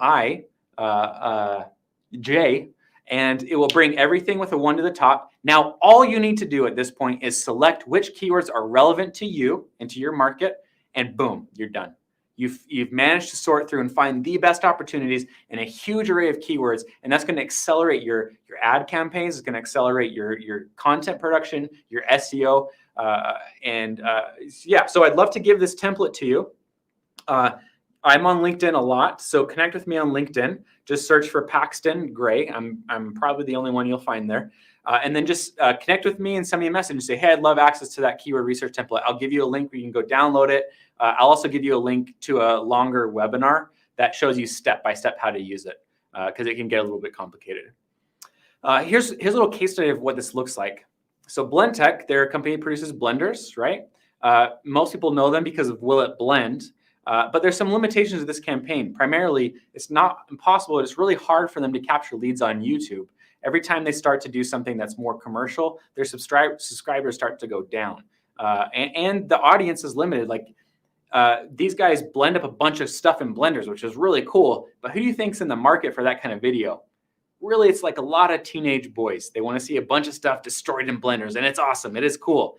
But they're not in the market for a $350 blender. This actually came out when I was in my early 20s. So I was like, yeah, that is awesome. And am I ready to buy a $350 blender? No. But now I'm in my mid 30s It's like, yeah, now I'm in the market. So great campaign if you're willing to play the long game, but that's a long game. So they came to us to find the different ways of targeting their target consumer. And we did this exact same method of keyword research that I just showed you, exactly the same. And we found this big group of keywords that were all about Buffalo Wild Wings and how to make their sauces at home. Because that's the reason people go to the Buffalo Wild Wings, right? It's the sauces. That's what they like about it. And so tons of volume here, very, very low difficulty. And so what we did is we created a piece on how to make all the different sauces at home. And we published it on their site. We had some calls to action to get them into an email nurture system. And because the volume on these were so great and because the competition was so low, they started ranking almost instantly for all of these keywords. In fact, it ranks number 1 for 66 keywords on the first page for 1,600, and that's about 30,000 to 50,000 page views a month. And that's zero promotion, no promotion whatsoever. And so it's all about finding those holes in the market and giving people what they're actually asking for. The people who are consuming this think, oh, great, this is awesome. This is what I wanted. And they're more likely to sign up now for future recipes and things from Blendtec so that when they're ready to buy a blender, they think Blendtec first. The next tactic I'm talking about is called semantic analysis. So what this is we are trying to replicate how a search engine understands the internet so that we can learn from that about content and how we can create our content to be more friendly, not just to the algorithm, but to humans. So the algorithm will sort through tons and tons of pages of information, right? And it just reads it like a computer does. It sorts all of these articles or pages or whatever based off of some query from the user and delivers those to the user. So the question is, what happens here in the middle? Well, when Google visits a page, they start counting all the words, right? And they do that again and again. And they develop kind of a corpus of documents. They start to understand, a normal document looks like this. And so they compare a document to the corpus. They can see, well, this document, the way it compares to our corpus of documents, it's different in these ways. And that means this document is about this. In a really simple way, that's kind of what's happening here. So it starts to understand for a particular document, what are the more important words and phrases unique to that document compared to others? And with enough of that information, it starts to understand topics that document covers and how comprehensive that document is. Well, if I'm Google, my ideal scenario is that someone searches for something, clicks, and finds exactly what they were finding. That's a good user experience for Google, which means the user is more likely to come back. And so if I'm Google, I'm going to be more likely to favor an article that is more comprehensive, not longer necessarily, but more comprehensive on a given topic than another that's less comprehensive. And so what we need to figure out is, how do we make our article more comprehensive? And we compare that. We can learn what we're missing in terms of topics. We're not talking about word count here. We're not talking about, oh, you need to say the word X 3 times and the word Y 4 times. It's more just understanding what topics are we missing for it to be more complete. Here's what you can use to analyze this. Write is a cool tool for this. We actually built our own in-house software to do this, but Write is what we used before that, and I'd recommend using them. So with Write, you click on content success, you add in the keyword you want to rank for. It will go and analyze the SERP and figure out which words are more important and which words are less important for this particular topic. And so what we can do is figure out how our content compares to that. So here's a little case study. If we wanted to rank for uses for coconut oil, we would go to the SERP and see what Google has chosen as the best articles on that subject. And we can go through and count all of the words and see where we're missing according to what Google has chosen to be the most authoritative. And in Write, you can do that. You just take your URL, you compare it against the set, and it will show you how you compare. Now, what's interesting about this, we did this, and this is a real life case study. We noticed that the most important word, according to what Google had chosen to rank, was yeast, and then number 4 was infections, and then infection.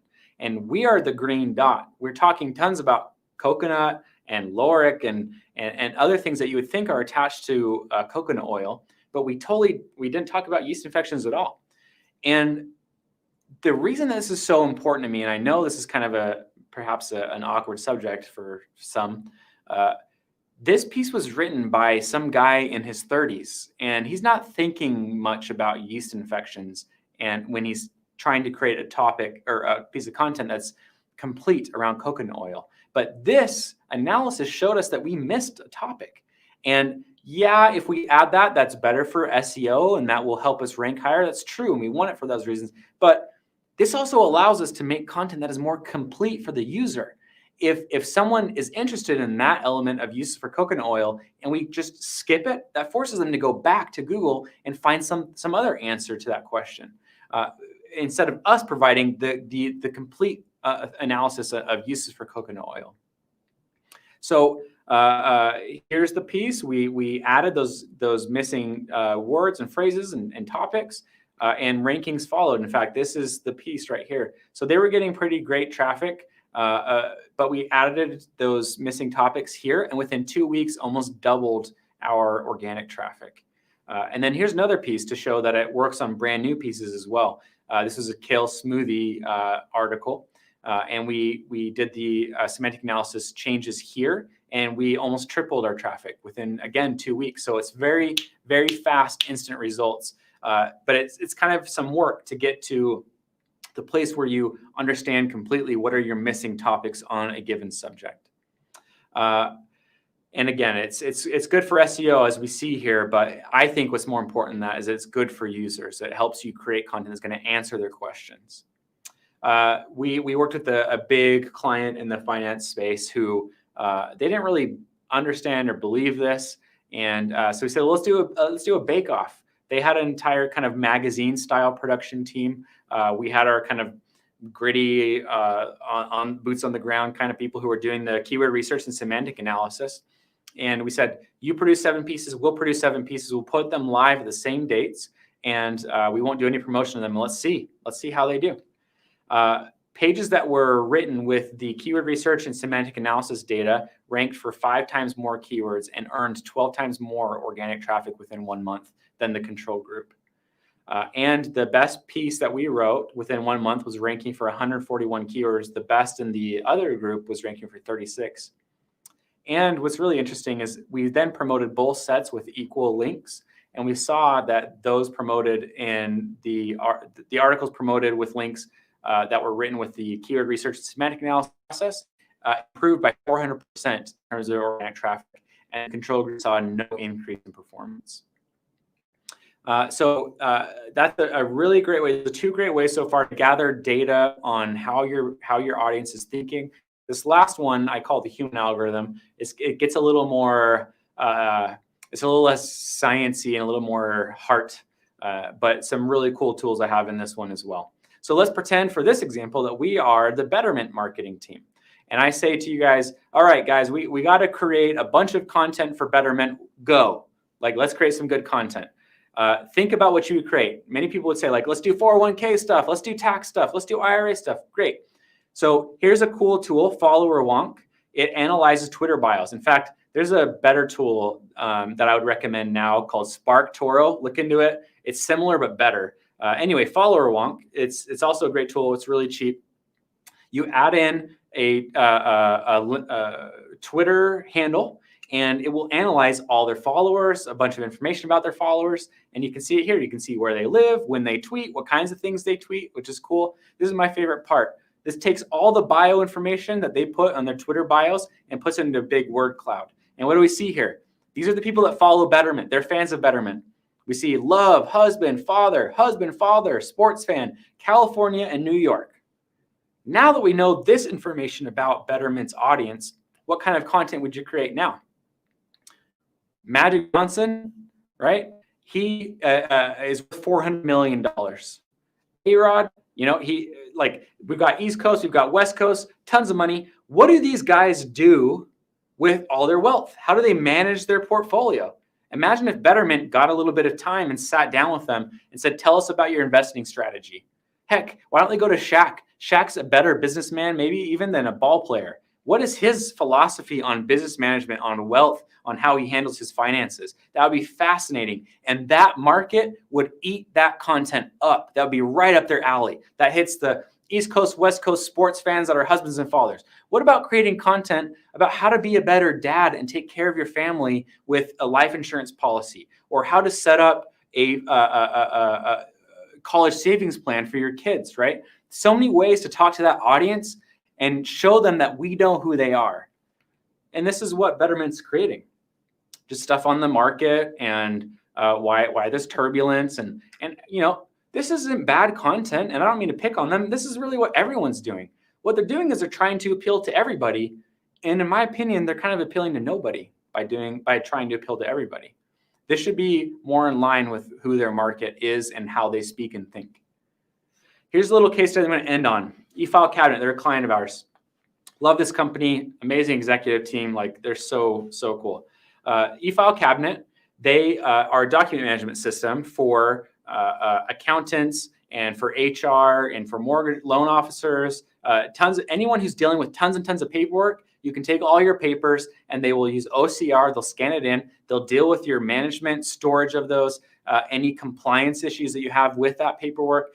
Fantastic solution. And they're going after, like, accountants is a huge industry for them. And so they came to us really for SEO. They wanted to increase traffic, increase leads from SEO, build their brand, and help their salespeople talk to clients. And we made the mistake that I'm telling you guys not to make. We just thought in our gut, who's an accountant? Accountant's this guy from Parks and Rec, right? He's older, he's dry, he doesn't have a sense of humor. The slightest joke is just so funny to him because he's so starved for entertainment. That's kind of who we thought of. This is your stereotypical accountant. And so we started working on a campaign for the stereotypical accountant. And it's a bunch of ebooks. And frankly, they did okay. We built out these logic funnels once they got delivered the ebook, and we would nurture them, and they converted, and it was okay. But then we thought, is this really who the accountants are? And we actually met with their sales reps. We interviewed their customers, and we did a bunch of other things that I've suggested today to understand that market better. And the thing that kept coming up over and over and over again is that this is who the accountant is. They're really just like us, which is funny to say, but it's true. I mean, like, they're just normal people, but the paperwork is the thing that kept coming up over and over again. They hate dealing with paper, with copiers, with fax machines, the filing cabinets, all of it. They hate it. So we thought, why don't we create a place where they can take out their frustration on all the things that they hate about their job? And what we did is we created the world's first mobile rage room that we took to a huge convention for accountants. We set it up. They would get suited up with gloves and a vest. And before that, they would fill out a form that was a safety waiver, and it would get them into our HubSpot so we could nurture them, gather those leads. We also set up a camera inside where we would film them going to town on a copier or a fax machine or a printer. And then we would send them their own video so they could share it with friends and coworkers. And they loved it. They ate it up. If we had the archaic idea of who an accountant was, this wouldn't have worked, but they weren't who we thought they were. And they just destroyed these things. It was so cool. And they loved it. We got a ton of press because of this, both print and video. And just in case you're interested, we recycled every piece of electronic that we destroyed during this. This built organic traffic. We got a ton of links organically because the campaign was so cool. We got more leads because of all these people coming in, and we nurtured them. We built their brand and helped their salespeople get in the door. But in my opinion, what this really did, that's the most important thing, is it told thousands of accountants at this conference that we understand you. We understand what it's like to be an accountant and have to deal with all these printers and fax machines and whatnot. And we're going to give you a chance to do something you've always wanted to do. And if we understand you this much, just imagine how much our product understands you and will solve those problems. And that's the goal of marketing. If our marketing comes off that we don't understand you, why would the consumer think that the product understands them, right? There needs to be that alignment. And so we need to work to gather data so we can teach them that we understand them. So if you find yourself in that half of marketers that don't feel highly proficient in their jobs or don't feel like you know what you're doing, think about how can you gather more data to input into your mind so that your mind can do what it does best and crunch on that data and come up with cool ideas. Because if we can show our market that we understand them, that we're here for them, that our content is here to give them a better experience, not to serve us, then what that does is that creates raving fans for our brand. And the raving fans do most of the work for us. they'll bring friends and family and coworkers to us. And then suddenly we don't have a lot to do as marketers because it's going to grow on its own. But it's so much work to show those clients, those customers, that we understand them and that we care about them. That's been my presentation. If you ever want to talk more about content marketing, SEO, conversion rate optimization, advertising, hit me up. Just reach me, LinkedIn, Paxton Gray. You can also find me paxton@97thfloor.com. Thank you so much.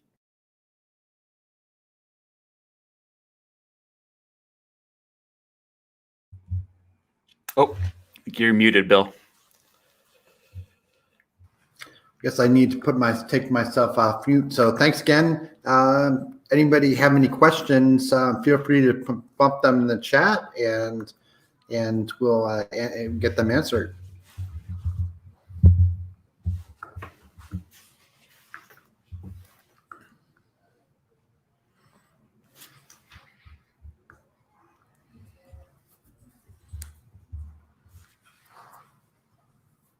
Hey, while you're doing the rest of the 8-inch restaurant.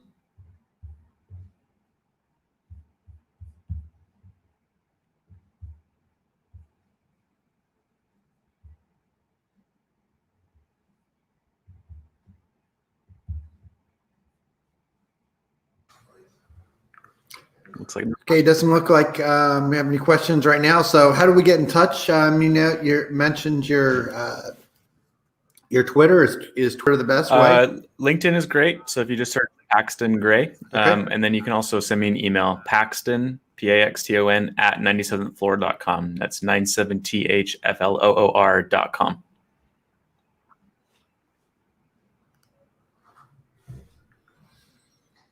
Okay, sounds great.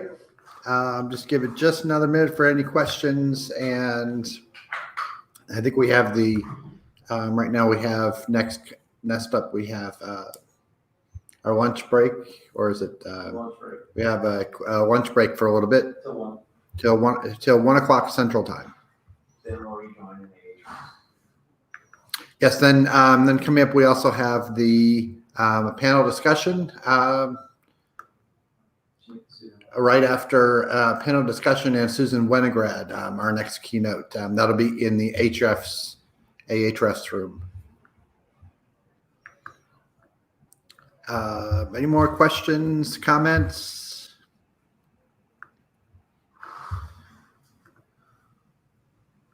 Okay, Yep. Thanks again, Paxton. We'll wrap it up, and let's go have a break for lunch, and then we'll see you over Thanks. in the AHREF's room. Thanks.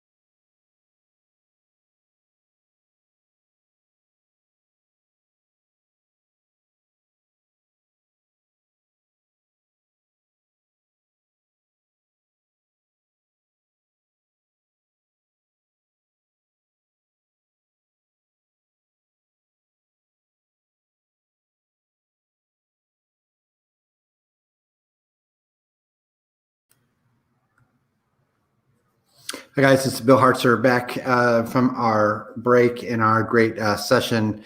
Right now, I'm going to go over to Mark Beelan, and he has a great presentation for you.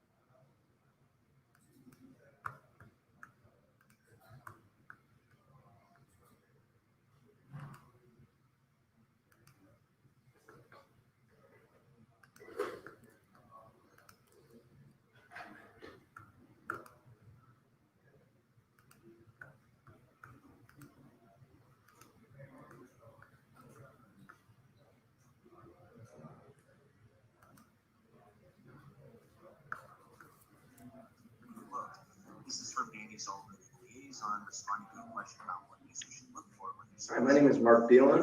I'm happy to be back at State of Search. Today we'll be talking about one of my favorite topics, local SEO strategy.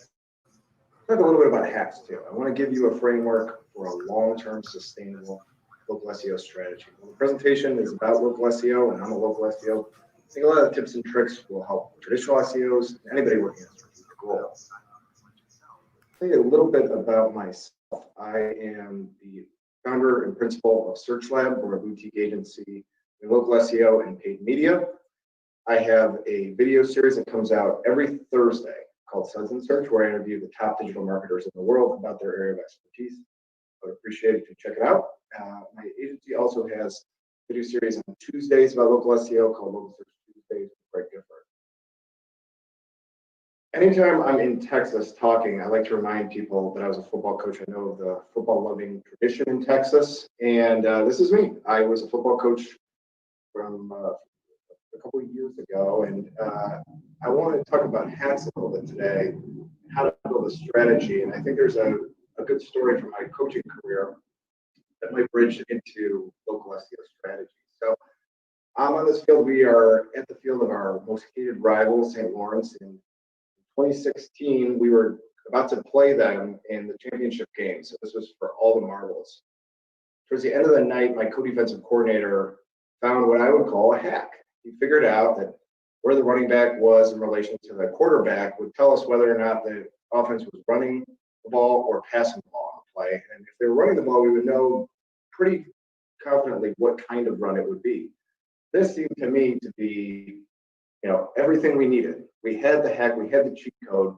We were going to beat this team because of this little thing we found. I went into that game so confident. We were so excited about this strategy and how we were this little hack, I should say, not strategy, this hack, and how we were going to use it and get over on these. Well, as Mike Tyson said, everyone has a plan until you get punched in the mouth, and that's exactly what happened in this game. So instead of us being able to use this hack that I like so much, our young quarterback fumbled the ball many times, to do different things throughout the game to try and get an advantage. And long story short,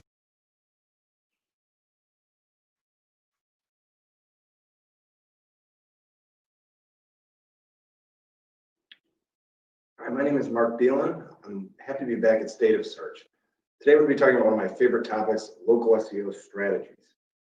Talk a little bit about hacks too. I want to give you a framework for a long-term sustainable local SEO strategy. Well, the presentation is about local SEO, and I'm a local SEO. I think a lot of the tips and tricks will help traditional SEOs and anybody working on a strategic role. I'll tell you a little bit about myself. I am the founder and principal of Search Lab. We're a boutique agency in local SEO and paid media. I have a video series that comes out every Thursday called Suds in Search, where I interview the top digital marketers in the world about their area of expertise. I would appreciate it if you check it out. My agency also has a video series on Tuesdays about local SEO called Local Search Tuesdays with Greg Gifford. Anytime I'm in Texas talking, I like to remind people that I was a football coach. I know of the football loving tradition in Texas, and this is me. I was a football coach from a a couple of years ago, and I want to talk about hacks a little bit today, how to build a strategy. And I think there's a good story from my coaching career that might bridge into local SEO strategy. So on this field, we are at the field of our most hated rival, St. Lawrence. In 2016, we were about to play them in the championship game. So this was for all the marbles. Towards the end of the night, my co-defensive coordinator found what I would call a hack. He figured out that where the running back was in relation to the quarterback would tell us whether or not the offense was running the ball or passing the ball on the play. And if they were running the ball, we would know pretty confidently what kind of run it would be. This seemed to me to be, everything we needed. We had the hack, we had the cheat code. We were going to beat this team because of this little thing we found. I went into that game so confident. And we were so excited about this strategy and how we were, this little hack, I should say, not strategy, this hack, and how we were going to use it and get over on these guys. Well, as Mike Tyson said, everyone has a plan until you get punched in the mouth. And that's exactly what happened in this game. So instead of us being able to use this hack that I like so much, our young quarterback fumbled the ball many times, do different things throughout the game to try and get an advantage. And long story short, the hack that I was so proud of didn't play into it. It really wasn't important to the outcome of the game. I'm happy to say that we did win, and we won. And you're proof positive. Here I am with the team, but it wasn't a hack that did it. As much as we were proud of this and it was a very cool thing, really what saved the day was we had a great process. You can see it over here. This is a crude process to be sure, but it's a process. And it was a strategy. And it was because of what we did for the entire offseason and for 8 weeks into the season that we got through that tough championship game. And so I think it's interesting. You can have this hack. You can have a hack just like you do in SEO and think, man, I'm going to beat everybody. But really, it's the team with a better process that's usually going to win. The team that has better strategy usually wins. And frankly, I think this is more about the job than anything else. So let me stop and say, I'm going to be talking about SEO strategy, and it helps to define some things. So what do I mean when I say SEO strategy? Well, there are a few main points. The first is I like to contrast strategies with tactics. Strategies are long-term with an ambiguous endpoint. It means you can do this for forever if you want. I've met a lot of people in the audience who have clients they've had for a very long time. I have clients that I've had since 2009. So, and their numbers just keep getting better and better. So there's nothing about SEO that has a definitive endpoint. You can keep lathering, rinsing, and repeating and doing better and getting better results time and time again. Compare that with tactics. Tactics have a specific beginning and endpoint. You may even have a time estimate for how long we're supposed to be done. You probably check to make sure you're hitting it close to that time estimate. The other thing about a strategy is it's comprised of timelines, inputs, metrics, and KPIs, the good stuff that marketers love. I love to put task management tool into presentations, not because I love task management tools or anything like that. I like to think about it, the mind that came up with how to do what, when, and who should do it. Why would that help drive to some KPI that we're looking toward? That mind is what I'm really talking about today. So we're talking about all this sort of thing that is really the good stuff of being a marketer. I think doing tactical work is more about having a sequence of to-dos that you must complete in order. This is more about you could be creative here. Mostly, I think that being strategic is about making decisions. So you need to make decisions about which tactics to utilize. And I think just as importantly, which not to. So you do have a finite amount of time. In some cases, clients need a lot of content, and others they need a lot of link building, and others they need more review management. And you're going to have to make hard decisions about what to do and what to cut in lieu of something more pragmatic for the client. I think there's some pitfalls of not thinking strategically, of thinking tactically, of thinking about just trying to do a few different tactics over and over again. One of the main ones for me is that workflows become untenable. It just sounds like an awful job to come in and try and reinvent the reinvent the position, the objectives every day. Try and just get everything out of one little hack that you have. I think if you think strategically, the workflows are much more harmonious. You have a long-term vision, and you know these things need to be accomplished in order for us to have a chance at our goal. The other thing that I think is important about strategy is that you're tethered to something. So when you have a strategy, you know you've got kind of a North Star to shoot for. If you're in an agency or if you worked on campaigns and you just feel like you're constantly pivoting, every couple of weeks you've got a new tactic you're trying, and there's no sort of long, like I'm talking months of a vision and a map, I think that you're probably missing on strategy. So be mindful if you're in a position where you feel like, oh, we're constantly coming up with a new process, we're pivoting.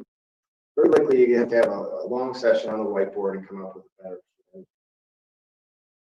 I think the next thing that is really important to me is to rely on hacks. So this is a big part of my talk. I started out with it, and I think for those of us in local SEO, there may be some heads nodding because we see hacks all the time, but it helps for me to define this as well.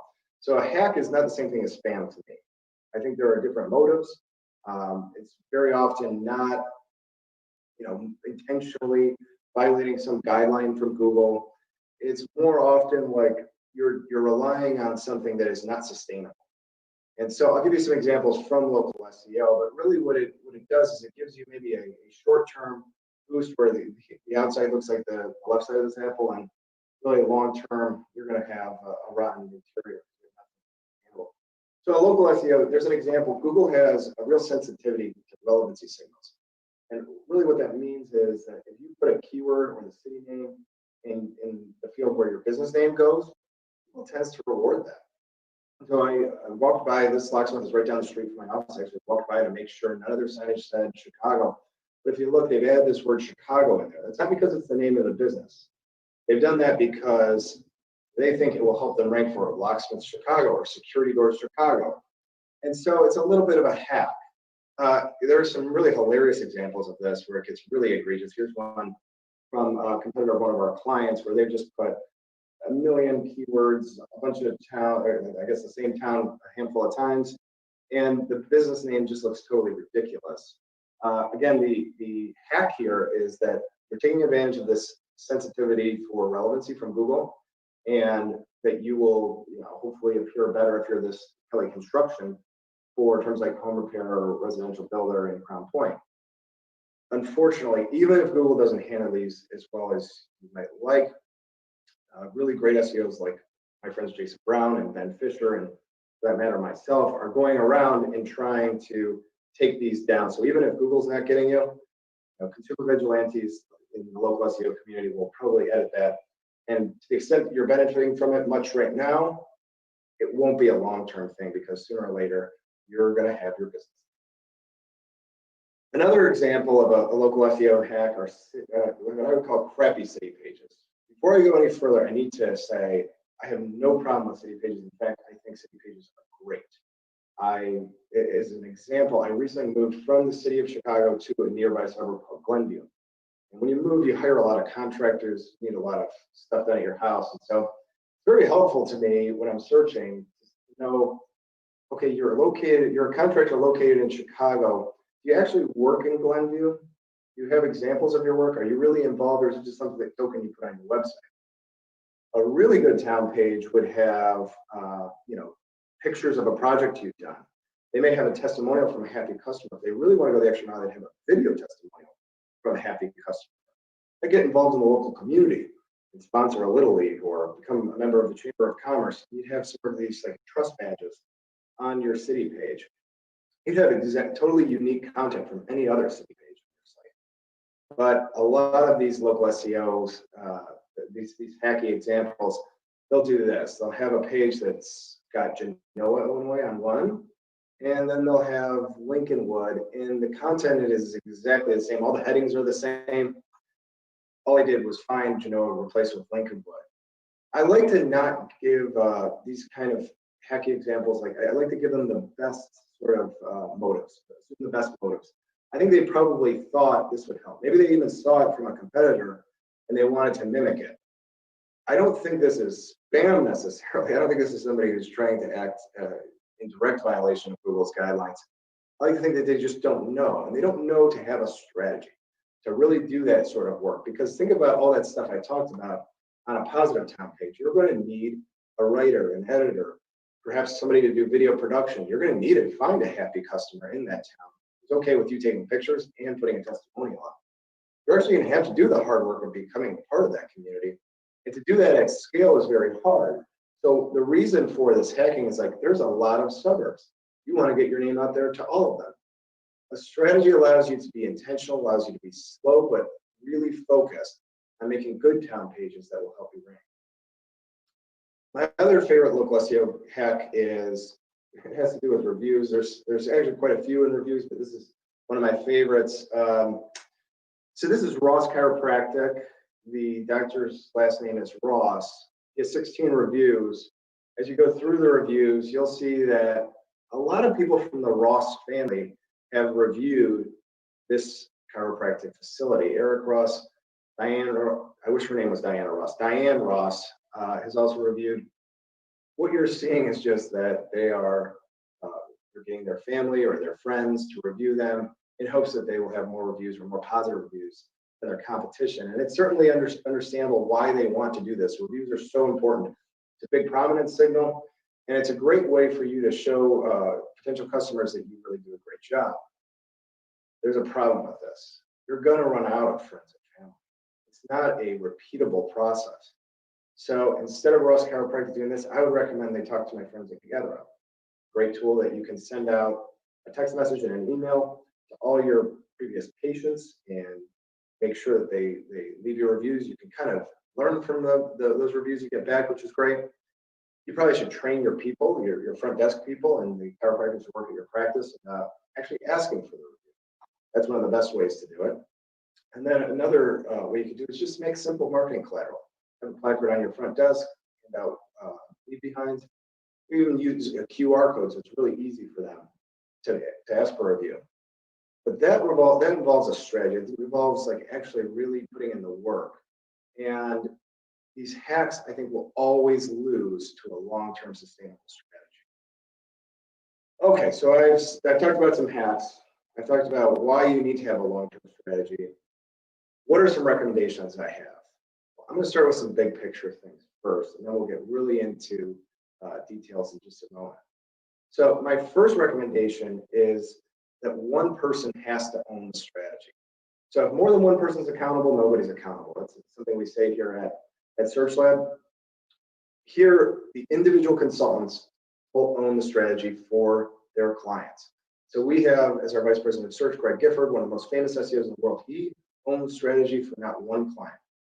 He trains and manages SEO consultants, empowers them, gives them confidence that they can do this themselves, and they own the strategy for each of their clients.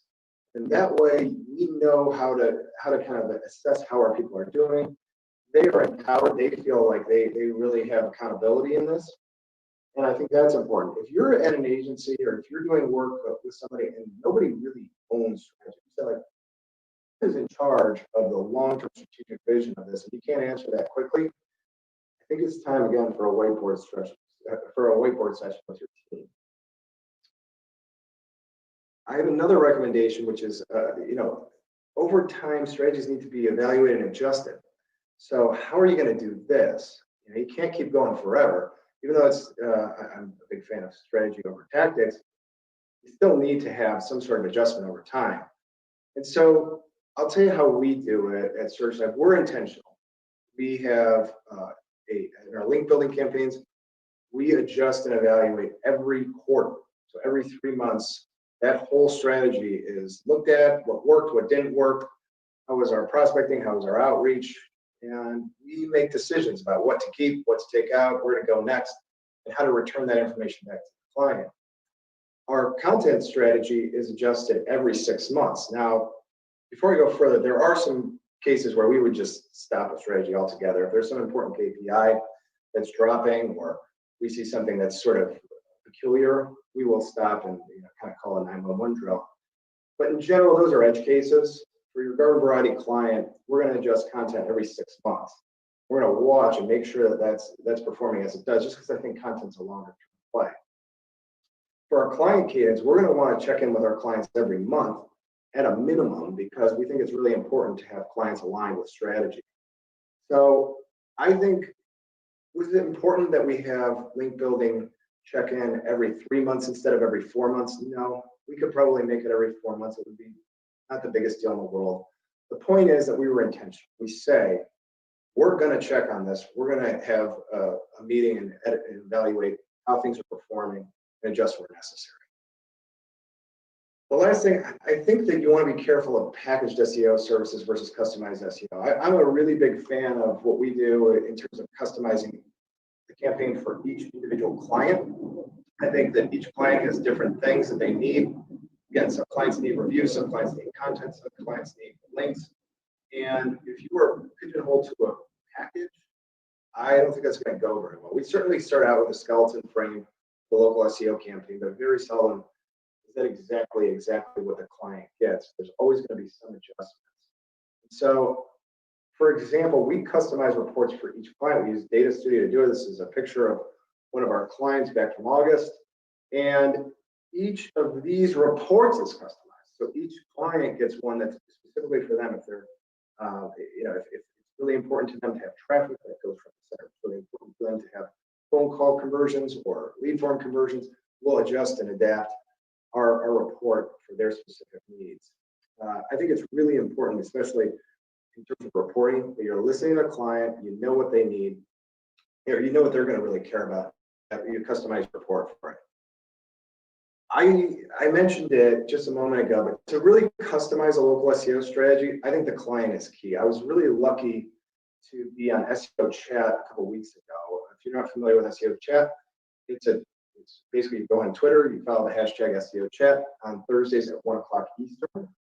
And the presenter, in this case it was me, will ask a series of questions for 10 minutes that will respond to answers from the people following the hashtag. And then after 10 minutes, I'll give my response, and we'll do that 6 times. After an hour, we've had a good chat. And one of the questions I asked was, what role does the client have in coming up with an SEO strategy? Now, all of the questions I asked, this one got the most energy, the most excitement. People were really clamoring to talk about what role the client plays in all of this. And I think this is huge. And as a point of example, I want to go a little bit deeper. So we're talking about some surface level stuff. I think link building is so important in local SEO. It's different than traditional SEO too. A handful of links in a quarter can be a windfall for us. But if you're in a competitive niche, like being a personal injury attorney, generally everybody's pretty good at relevancy stuff. They've got their GMB optimized. They've got the table stakes stuff taken care of, and links become a differentiator. So I want to talk to you about how I actually use this. The client is the key in our local link building strategy. So when I think about local link building, I think it's got to be strategic. It can't be just like all we do is sponsor stuff. You have to try a little bit different tactics. Generally speaking, the easier the link is to get, as a rule of thumb, the less impact it's going to have. So I start out with just sort of a basic idea of a workflow. I think most of the stuff, if you've been in SEO for a couple of 3 years, you know how to do link prospecting, you know how to do outreach. Generally speaking, you know how to measure in some way. But the last parts, I think, are what get overlooked all the time. And in local, this is really important because the client is going to be the person who gives you the ammo. So you need to come to them with ideas. You need to build rapport, but they're the ones who are ultimately going to give you the ideas and tell you what they're doing in their community. So I say the first step is client communication. Here's what happens. When you start with SearchLab, you'll get a local link building questionnaire that looks just like this. We'll ask you a bunch of questions, and it helps us just get the ball rolling on our prospecting. This is the beginning of client communication. It is by no means the end. We're going to start with this. I like to point out to people all the time, like even our own team, I'll say, okay, if you asked me about SearchLab 1 year ago, let's say I filled this out over a course of a year, the business changes dramatically. My interest in my charitable giving changes dramatically in 1 year. What I'm into, what I do, I'm not coaching football anymore. I'm really into anti-animal cruelty stuff now. You know, all of those things need to be refreshed over time. So this gets you started, but is by no means the end of it. So based on this client communication, you're able to better prospecting, to do better prospecting. And you know, one of the things I've noticed, if you want to make a popular blog post, if you want to make a popular presentation, say something like 25 easy link building tips for local SEO. People are clamoring for easy stuff, and I hate to tell you, prospecting is just never fun. It's hard. You got to stick with it, and you got to eat your vegetables. So, you know, I've used eat your vegetables. It's a trip to the dentist. This is the part that's hard, but if you do it right, you're set up. And so there's a quote from Thomas Edison. You know, a lot of this stuff is you're missing it because it's hard. And, you know, Thomas Edison said opportunity is missed by most people because it is dressed in overalls and looks like work. Prospecting is the hard work to me. So you've got an idea from the client. You need to go and find all the opportunities you possibly can. You need to document them, turn to the client, make sure that they're aligned with the company's vision. And doing that work makes the next step, which is outreach, much, much more easy. My biggest tip on local outreach is, and this is a newer thing for us, and we're having great results, try not to cold email. Everybody's cold emailing. Don't use LinkedIn. I think everybody who's on LinkedIn has probably had enough of getting pitched on there for either link building or some other sort of solicitation. What we're really having success with is actually picking up the phone, calling whatever that is, a local charity. One case we called the local government, and we're able to get through and get a link from the municipal government for one of our clients. This is all from using the phone. And you're able to do so much more in terms of your pitch when you're on the phone with people. So I would say cold email, it's still important. It still has its place. But if you want my tip, my latest tip, use the phone for outreach. Works great. The other thing I mentioned in part of my process is that you should measure everything. Well, you can't measure anything if you're not documenting everything. So I am a little bit of a pain where we have anything, I always want it written down. I want it easy for people to find, and good paper makes good friends. So this is going to be a gift for you for 6 months from now. If you keep very close track of all your prospects, how you contacted them, how it's going, are you moving them through sort of a sales funnel, really? But documenting everything is so essential. The other reason for documenting is you might get promoted, and now you've got documentation that will help the person who's taking over for you. You may have to go on maternity or paternity leave. If you've got no documentation, how is this person who's filling in for you going to be successful? They're going to have to start over. So documenting everything helps us measure more effectively. It helps us be a more cohesive team, and it will be a big gift for you, as you move along, as you get months into a local link building campaign. Now, the last thing is your job, I think, more than anything, is to generate ideas. So the client is very likely that the client is involved in their community in some way or would like to be involved. I have yet to get on a call where I ask a client about their activities in the local community and they just go, I hate the place. I don't do anything. Usually they're involved. They're sponsoring a little league. They're involved in their church. They're involved in the PTA. They're involved in outreach to animal cruelty, like I am. What I would say is you need to really listen and do the kind of work that consultants are hired for, which is to humbly listen to the person who's paying you. Use that information to come up with ideas for how you could go about getting link building ideas. So one of my favorites is from a presenter at this conference, Blake Denman, who I'd love to give him credit for this because it was one of my favorites, is very likely your local client is going to have vendors. They're going to have an accountant. They're going to have a lawyer. They're going to have a bookkeeper. They're going to have an IT support company.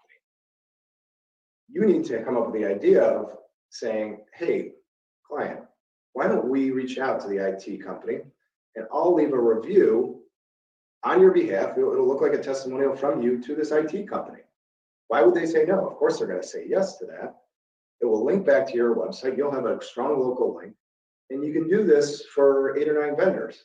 So you have your meeting with a client, you begin your prospecting, you find all their different vendors, you think of ideas you hadn't thought of in that meeting, you prospect away, you find as many opportunities as you can, you outreach to all these people, hopefully over the phone, and you set up a bunch of this testimonial work where now your client is leaving testimonials on their vendor sites that are real reviews. They're really happy to work with this vendor, and each of those testimonials links back to the client. That's a great month's work of local link building, and it's easy. But you, as the SEO, have to bring that idea to the forefront. So if you're working with, if we work with plumbers and HVAC, tough, like not a super sexy business, you need to do a little bit of sales work and convince them they need to give a mass giveaway and have an event, right? So we did that. It's a true story, and we got links from that. I think your job is really to know what are the kind of the key ways to build links, bring those to the client provides you information, you prospect, you outreach, you measure, and then you come back with the next idea. And that's the workflow to me. So always return to the client, be mindful of why they're paying you, get on the same page with them. And if they're on board, you can start to have real momentum in your campaigns. That's the goal of any sort of process. So I encourage you guys, focus on strategies that are long-term that you can lather, rinse, and repeat. Make sure you document everything. Make sure you're putting the client first involved in your strategy. Make sure that there's one person who owns the strategy and there is one throat to choke if anything goes wrong, by the way. Ultimately, I love talking about this. If you'd like to connect with me, I'm on Twitter. My handle is mbeelan. And this is my company's website, Search Lab Digital, where you can find, our blog is updated constantly. We create a lot of content. And I'd love to talk to any of you about strategy. I'll stick around for questions. I appreciate you coming to my session. Thanks again for State of Search for having me. And I look forward to hearing from you guys.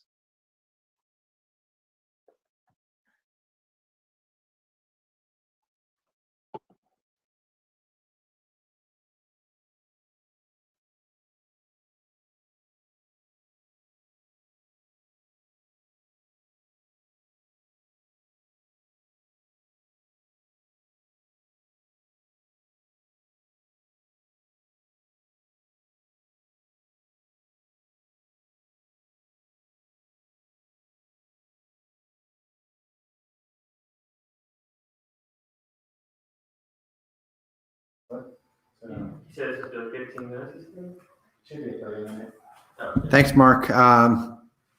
Unfortunately, Mark was not available to join us for this particular his session, but we will, if you pass on any Q&A, and you can also tweet him as well, we will be providing some contact information as well for his session. So next up, we have Ryan Jones doing a little bit some NLP, but let me introduce. Switch over to What's up, Bill? Mr. Ryan Jones here. Oh, it's going. Hey, how's it going, Ryan? We're gonna play the video when it's time. All right. Yes. So let's go ahead, and whenever you're it's ready, billed at we can go ahead 3:55, and I only start come in at 20 minutes, so we might want to wait for people. I don't know. So. Sure. Okay, so let's just wait a minute and a couple minutes, and then we'll get started. Hi, Mike. We do have a question from the audience from Mr. Mark Traphagen, asking if Ryan Jones will be We're here. going to play the video that I we are tape live. recorded, but I'll be here for questions, and I'm going to leave plenty of time for questions. I think we should have about 7-ish minutes for questions if everything works out accordingly. Okay, great.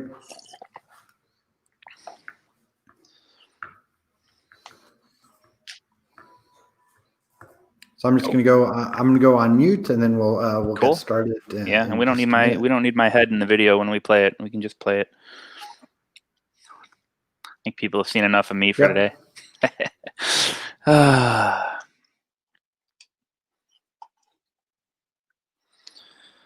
Thanks for joining, Mark. I see you in the comments.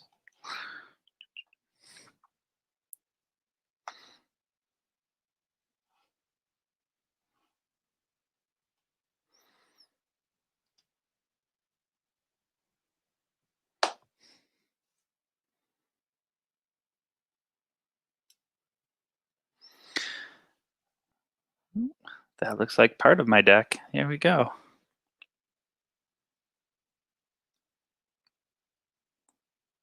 We'll go ahead and switch over just when we get started Yeah, here. it's weird that it picked a random preview from the middle of the deck. Or did you guys do that? No, it just the algorithm it fascinates picked me it. on what it chose and why it chose it. It's probably all the colors.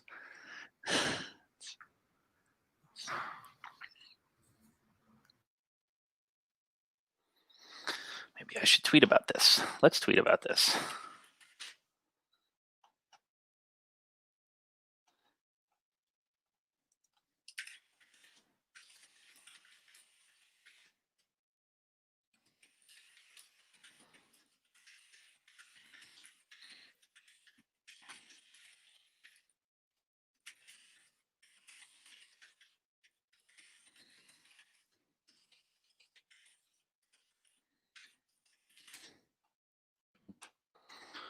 All right, I'll shut up and mute myself, and we'll go on you whenever you guys want to do this.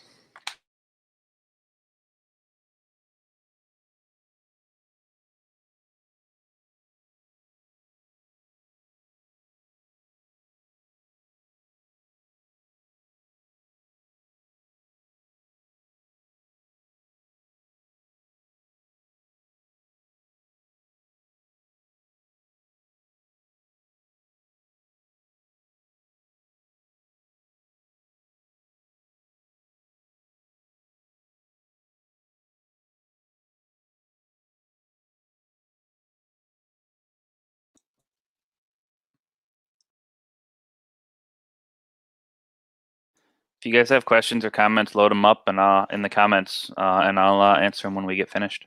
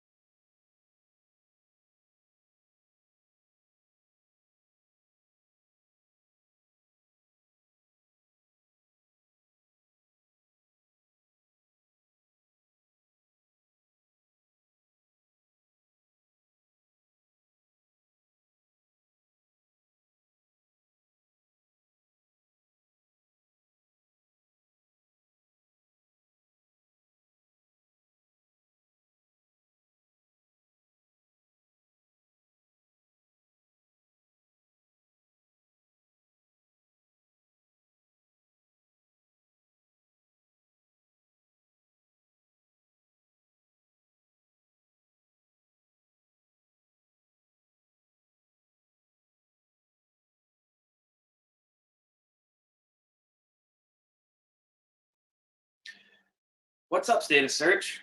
Ryan Jones coming at you live from my basement bar.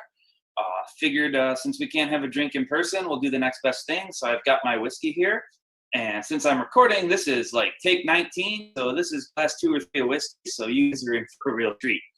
Anyway, this session is called Now Forward Approach to Keyword Research. Let's talk about me. I'm Ryan Jones. I run the SEO team at Razorfish. My Twitter handle is just Ryan Jones. And here's some other information if you want to get hold of me. Honestly, Twitter's the best way. All right, but enough about me. Let's dive into keyword research. Keyword research, as we know it, is broken. It doesn't work. We need a better way. So let's take an example. Here's a keyword research from Google Keyword Planner for Dallas concerts, right? And if we look at the keywords that are showing up in this keyword research from Google Keyword Planner, we notice one thing in common between all these keywords. They've all already happened. This information isn't useful to me because all of these keywords happened in the past. Every one of these concerts is over, especially now with COVID, right? With COVID happening, people's searches have changed. No one's looking for these concerts, especially not 2019 Dallas concerts. And I pulled this data about a week and a half ago.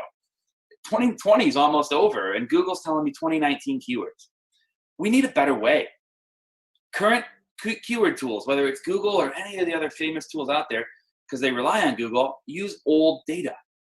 Here's a search for Carnival Cruises we did for a client. The top term there, Carnival Cruise 2019, gets 60,000 searches a month, but Carnival Cruises 2020 gets 27,000 searches a month? That can't be accurate. Which one of these do you think really gets more keyword searches? Right? We can't trust the data. It's old. It's outdated. There has to be a better way. And COVID changed all that for the worse. Relying on outdated data might have worked in the past.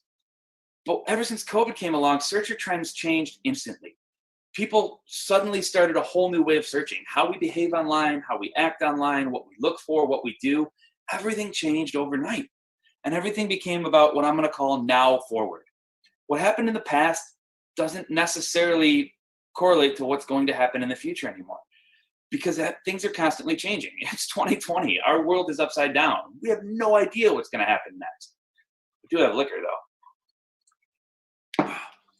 Right? And search itself is also changing. Google keeps rolling out all these new features. Bing's rolling out new features. Right? Things that show up in search are quickly changing. So here we have a graph. Bright Edge provided this for me. It's a great graph. But it shows the percentage of people also ask snippets, and it shows the percentage of quick answers showing in Google. And as you can see, people also ask is growing. It was huge in January when they rolled it out. Some of you caught me at Rocks Digital last year, also in Dallas, saw some really in-depth graphs about that. But the takeaway here is search is changing. What's showing up in search results is changing because how people search are changing. And so we want to take advantage of that. Can we use this data? Can we use this new search landscape to our advantage when we do keyword research and when we're planning our marketing campaigns? We need new data. So where do we look to get new data? If we can't just get data from Keyword Planner and search tools, which, by the way, don't stop getting data from those tools, use it. We need new data to augment that. We need additional new data. So where can we get that data? Right? Let's take a look at that Carnival Cruise search that I alluded to earlier. Here on the left is the Keyword Planner data, but on the right are some search features from Google. We got the people also ask box showing up, and we got the searches related to Carnival Cruise, which shows up at the very bottom of Google searches for pretty much every search you do.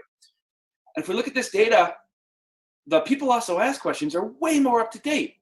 They're talking about, are they being canceled? And the related searches are showing how people refine their searches. That data is updated way more often, at least it seems, than the Keyword Planner data. And so maybe we can use that data. Can we gather any keyword learnings or keyword insights from that data to use in our marketing programs? Let's scrape it. So here we go. I did a search for Gillies Dallas because it's where we should be this year, even though we're not. But hey, still have whiskey. And on the left, you see the chart of the output here of scraping that related keyword data. It shows what keyword led to what other keyword led to what other keyword. And doing this is really simple. The Python script that you see on the right is enough to get you this CSV file. It's not that much code. So if you want it, just find this presentation or hit me up and I'll share with you this code to scrape that related search data and you're on your way, at least partially on your way. But actually, it's against the Google best practices or guidelines to do that. So officially, I'm going to tell you don't do it. But it's really easy if you wanted to. And then we can visualize that data. Here's that same data that I just pulled, visualized in a way that shows me what keyword led to what. It's not as useful. It's a little more useful to me in this PowerPoint format or in this Excel format than it is in this visualization format. But it's way more useful to clients in this visual format. Clients don't like spreadsheets. This resonates with them. They can see how people refine their data, their search for data search, and refine that search and what leads to what. And I built this for you. This is on SEODataViz.com. If you want to use it or do this type of stuff, this Python scraper here, I recoded it in PHP. It's running on SEO DataViz. It'll give you this data. It'll give you this visualization. It's free. It's not really a plug. Just go do it. Start using this extra data however you want to. But we don't have to stop there. We can go further with data. We talked about people also asked data earlier in the presentation being up to date. And this is that people also asked data. This is both scraped and visualized. The code's a little too big to fit on the screen, and it requires some knowing what you're doing in Python, a lot of knowing what you're doing in Python or any other programming language. And it requires a little bit of code know-how, but if you have the basics, there's a GitHub link here. Go ahead, check it out. You can run this scraper, get this type of output here that shows you what questions led to what other questions. And this alone is pretty useful. I love showing this graph to clients. I love letting them take a look. Here's the questions people are asking about your brand, about your topics. Maybe we can create some content to answer these questions. And maybe we can't, right? For somehow a Gillies Dallas question led us to what is Pasadena, Texas famous for, right? It goes off in a little ways, but maybe don't answer that question. And it talks about Billy Bob's, but honestly, we get some insights. We can know from this data that people searching for Gillies are also searching for Billy Bob's. They like Texas music. They like honky tonks. They like the music scene. So that's useful. We can put a comparison page out there. We can use this data as is. But this wouldn't be a me presentation if I just said, here, use this data as is. We have to go a step further. We have to take this to the next level. So that's what we're going to do. Let's take it to the next level. We need a new approach. We have new data. We talked about how to get new data and where it comes from. Told you this is going to be a fun presentation. It's going to be drinking. Right? So we got our new data. Now, what do we do with that new data? How do we use it? How do we use it to our advantage? Our new approach is grounded in two principles. The first principle is the Pareto principle. What 20% of effort is going to get me 80% of the results? Everybody knows about the Pareto principle. I don't want to spend too much time talking about it. If not, Google it. But where am I going to get the most bang for my buck is basically that. And then the second principle, as I alluded to earlier, people hate spreadsheets.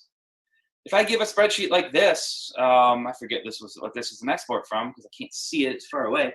But if I give a spreadsheet like this to my content author or my creative team or my account or my client, they're gonna be like, what do I do with this? They don't get it, they don't understand it. Spreadsheets are for data geeks like me and hopefully you guys to dive in and find the nuggets, but they're not client deliverables, they're not presentables, they're not gonna help non-SEOs. So let's use that Pareto principle. Let's use the fact that people hate spreadsheets, and let's come up with a new approach. Some of you who've seen me talk in the past have seen me talk about using data visualization for links, right? The background you see on this slide is actually 5 major different liquor companies and all their links, every link of their webpage and every link on the internet that links to them and how they cross-link. It's a really cool graph we did with a program called Gephi, which I'll get into later. And we've done this in the past. I have presentations that talk about this.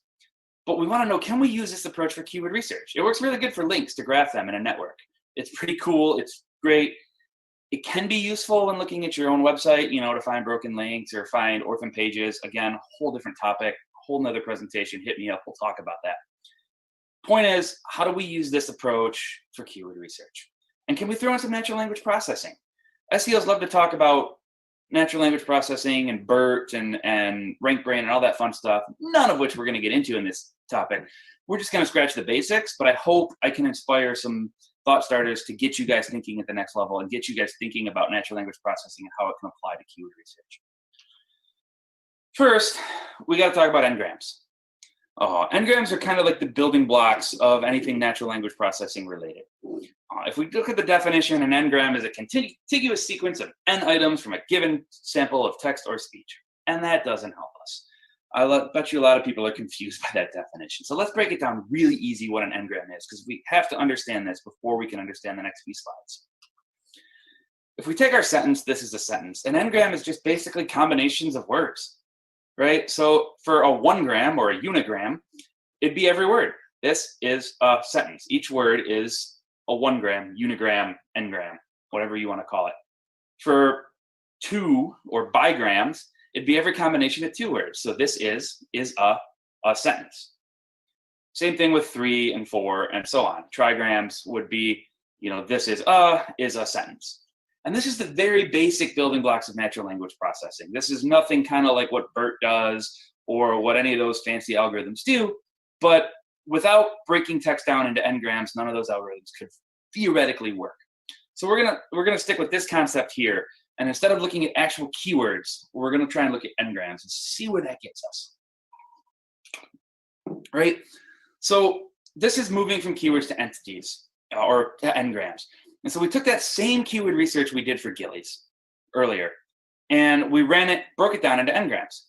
And the code to do this is really simple. I can do it in Python in 4 or 5 lines of code tops. I wrote you guys a tool at this link here to do it. You just upload your keyword list and you'll get this graph out of there. I figured I'd save you guys some time. Again, don't really make any money with this, not a plug, but built you a tool to go do it. And you can see when we take our Google-related searches and first we strip out the common words like is and the things no one cares about in keyword research. And then we break it down into n-grams. And then we box in. The size of the boxes here are based on how many times the n-gram occurs. Colors mean nothing, it's just pretty. But the bigger the box means that n-gram shows up more often. So Dallas is big because Dallas showed up in a lot of the different n-grams or a lot of different keywords in the keyword research. But we can instantly start to see things that are interesting. Capacity shows up. It's interesting to people. Urban cowboy, I don't know what that is, but I'm sure some of you that go to Gillies or live in Dallas would know a little more. The bull shows up in here. People are interested in that. Even though bull isn't a keyword that Gillies is ranking for or that Google's suggesting, we know that people searching for Gillies are interested in the bull. The food menu shows up, right? No surprises there. Parking, there's a lot of parking n-grams showing up. People are concerned about parking. And we can start to get to insights here. These aren't actual keywords people type, but it's topics, for lack of a better term, it's topics that people are interested in. It's what's going to resonate with people. It's what people want to read about. It's what people are searching for, even if they don't call it by name. And now we can start to craft our content strategy based on that. We can do this with the Google Natural Language Toolkit too. Google has this online, cloud.google.com/natural-language. You can go there. You can pass in your web page content or your any text content you want, and it'll break it out into entities for you. Now, you see the entities here from the Gillies website are a little,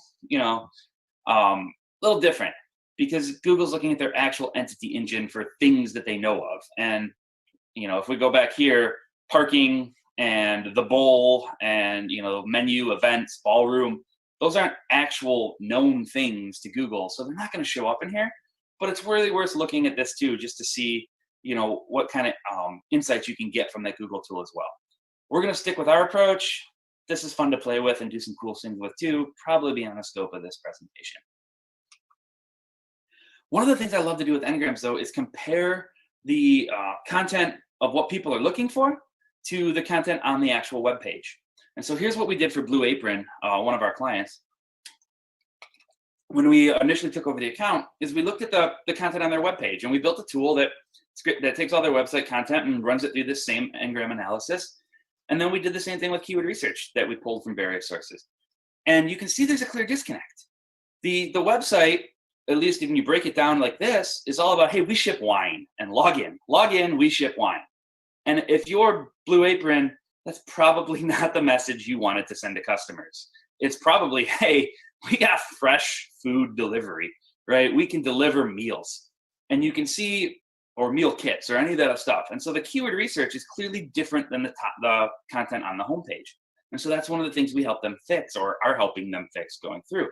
But this really resonates with clients. You can show them, hey, here's what an algorithm might think about your website, and here's what searchers are looking for, and it doesn't match up. And clients just get that.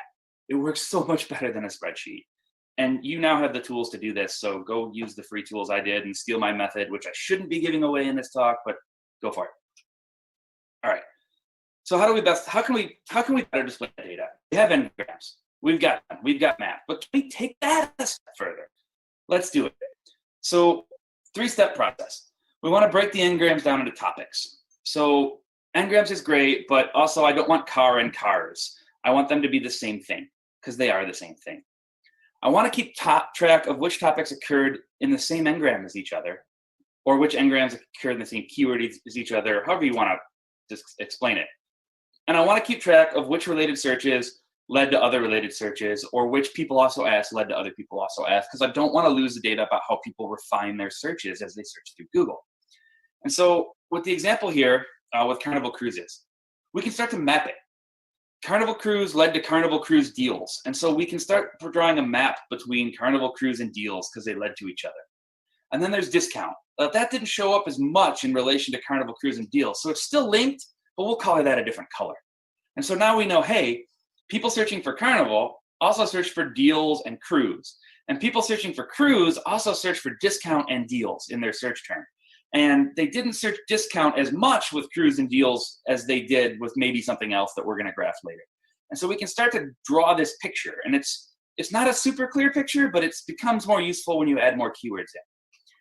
And what that means is we take from our spreadsheet on the left here, we can create graphs like this that all of a sudden show us that relationship between keywords or n-grams or topics or however you want to graph it and ideas. And we've built a custom tool, which sadly you can't use, but I'll show you anyway. But you can do this on your own. If you have a spreadsheet that looks like this, source target, just one thing on the left, another thing on the right. And it's just a mapping, right? This thing links to this thing. You can create that pretty easy with the scraper I gave you guys. It does it in this format already, the Python scraper, or you can do it with your own data. You can use a free program called Gephi, gephi.org. It's linked down here. There's a small learning curve, as far as what settings work best. There's a ton of different articles out there. I know I've seen some on Search Engine Land. I've seen Ian Laurie, I think, even did an article about how to use Gephi to do links, but if you replace links with keywords, it's the same thing. Again, we can talk about that later. I don't have time today to go through all the steps of how to use Gephi to actually graph stuff, but you can figure it out. You can tweet me. We can talk about it. Or you can use kind of what we did, right? So this is our kind of what we use as a custom implementation here. It's based on a lot of open source programs out there, a lot of open source code, but we tweaked it a bit. And so after we pull out the n-grams from our people also asking related search data, we graph it in the way I talked about graphing it. And so words with links between them mean that one question or related search with that word led to another question or related search also containing that word. And words of the same color occurred next to each other in those related searches or those people also asked searches. And so you see make and dinner are the same color because a lot of the questions have make dinner in them. You see meal kit the same color because a lot of the questions here, again, this is that Blue Apron data from 2 slides ago. You see meal kit the same color and linked because words with terms with meal led to terms with kit, and meal kit often occurred together. But you don't see, fresh and country as the same color because it doesn't make sense to search for fresh country in the data set that we're talking about. Maybe in 2020 it makes sense to search for fresh country, but I'll get into that later. So, and you see the graph starts to emerge, and you can get some insights out of this graph. You can look at, hey, people that are looking for this are also interested in this other thing. And you see the relevant data, like coronavirus comes up in this data. It's real time, not really real time, but it's way more real time than our 2019 searches from Keyword Planner. And you can start to get all the insights. You can start to learn what people are looking for. And so in this case, one of the insights we pulled out, despite no one ever searching it, was people just want to make dinner easy. And that really resonated with clients. We zoom in on that, and you can put a marketing program around make dinner easy. Even though no one actually typed that into Google, that's the content they wanted. That's the content that's going to resonate with that client. Right? And you can get some more insights. Here's some stuff for Universal Orlando. Theme park visitors. One of the things they're really interested in is, what do I eat and drink in the park? You're only there for one day. There's a million different restaurants. There's a million different themes. They want tips. They want recommendations. What should I eat while I'm there at the park? And so that was something we uncovered for Universal Orlando using this same method. Is, hey, you should put some food recommendations or get some food bloggers or foodie people to come on and say, hey, here's the type of stuff you should eat. Here's what we recommend. You know, here's the gourmet stuff. Don't just, you know, don't waste your opportunity. A couple other insights here. You know, people for some reason in 2019 are still interested in last minute cruises from Florida, even though they might not have searched that. The data is pretty clear. Not sure why anybody would want to go on a cruise in 2020, but hey, they're probably cheap.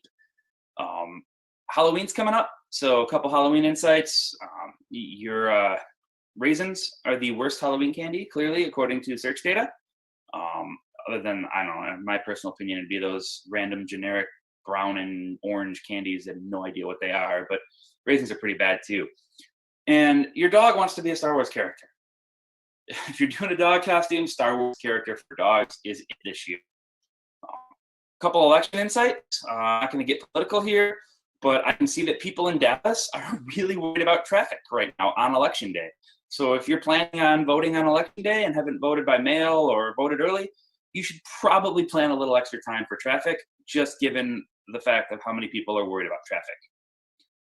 And I'll leave you guys with, you know, no matter who you're voting for, it's election season, please go vote. And that's it. I mean, if you guys want to chat, it's at Ryan Jones on Twitter. Hit me up. I hope you found something useful. I hope you tune into the live presentation instead of this this whiskey-fueled recording. And I hope you found it useful. So thank you so much. Hey, we're back. All right. Thanks, Ryan. What's up, Bill? For great presentation there. If anybody has any questions, feel free to drop them in the chat, and we'll.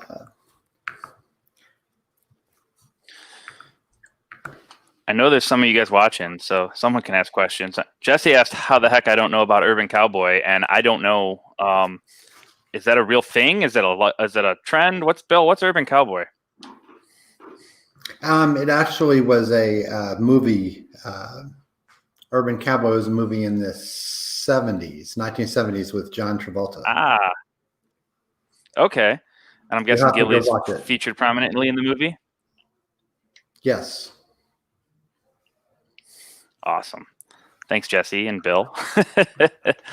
Oh. Christine says, nice work. I left time for questions, so. But no, if anybody, thanks, Bill. Other Bill.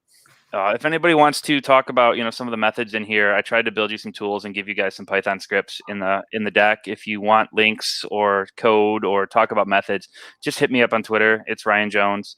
I'll share any of these methods or any of these tools with you. Well, the tools I can share. Some of that stuff is, you know, a whole bunch of open source stuff we hacked together that I really can't share.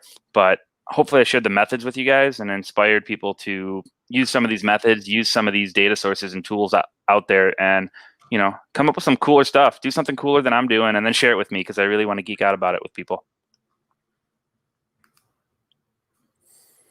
To work and get the deck. Oh, Christine. We will upload it into the learning management system, and we'll have that available, hopefully. Cool.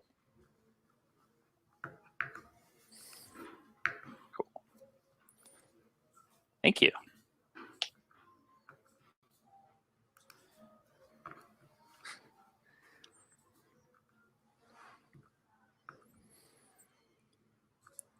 Yeah. Questions coming a little slow, but yeah, Bill, State of Search will get the deck out there to everybody, it sounds like. So, or Brian. So, cool.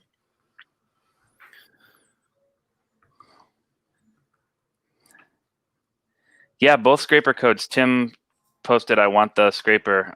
Both of the codes are in the deck. There's a link to one. Mark Traphagen just tweeted the link on Twitter. He's been live tweeting this. If you just look for the State of Search hashtag, you can find it. He's tweeted the links out to the one tool. And then the other scraper, the codes in the deck when State of Search posts it. And there is a link to the LMS at the top of the page on the Eventi site there. And then we will be also sending that out as well. Awesome.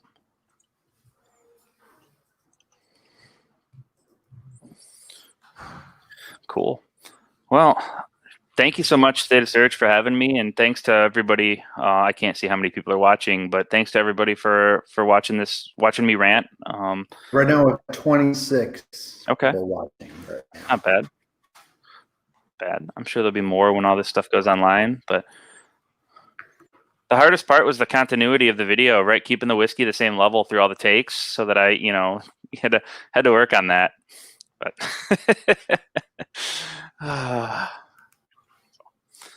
cool. Well, thanks everybody. Okay, thanks. Next up, we have Brian's session in a few minutes, and we're gonna go ahead and take a break for a minute, and then we'll be back with Brian Harnish. It's going to talk about SEO site audits. Thanks again, Ryan. Thank you, guys.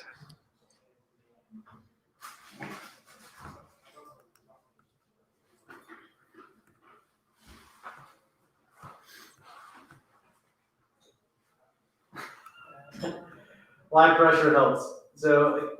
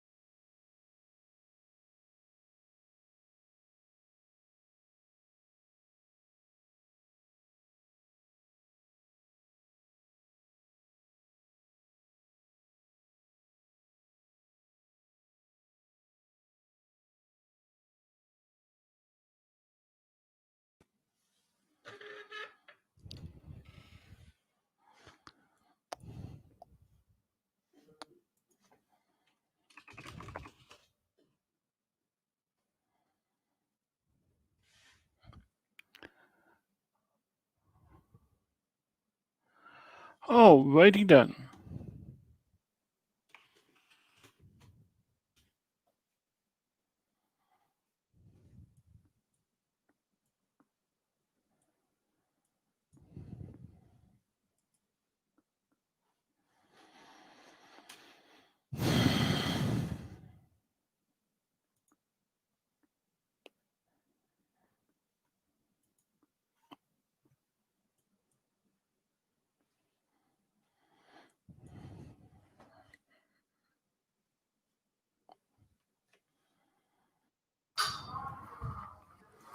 Hey, Brian, we have about, I guess, about 6 or 7 minutes or so. We get started. All right, sounds good. Can you hear me, Bill? All right, Yep. perfect. Yep, All just right. fine. What I'll do is just introduce you, and then we'll play the recording, and then we'll jump into Alrighty. questions afterwards.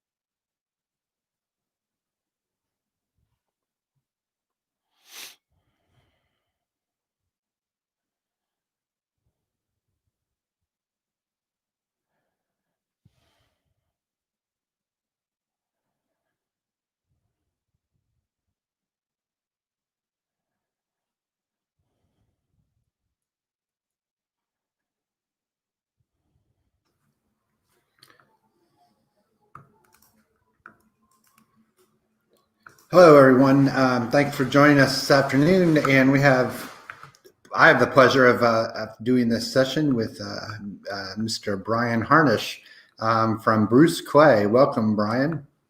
Thank you, Bill. It's a pleasure to be here today. Great. So let's not waste too much time. Let's go ahead and get your presentation started, and then we'll have some time for Q&A. And then also during if you have any questions, you can pop those in also in the chat, and we'll try and get those answered as well. And don't forget to tweet as well. As you want everybody, anybody wants to tweet, use the hashtag #StateOfSearch.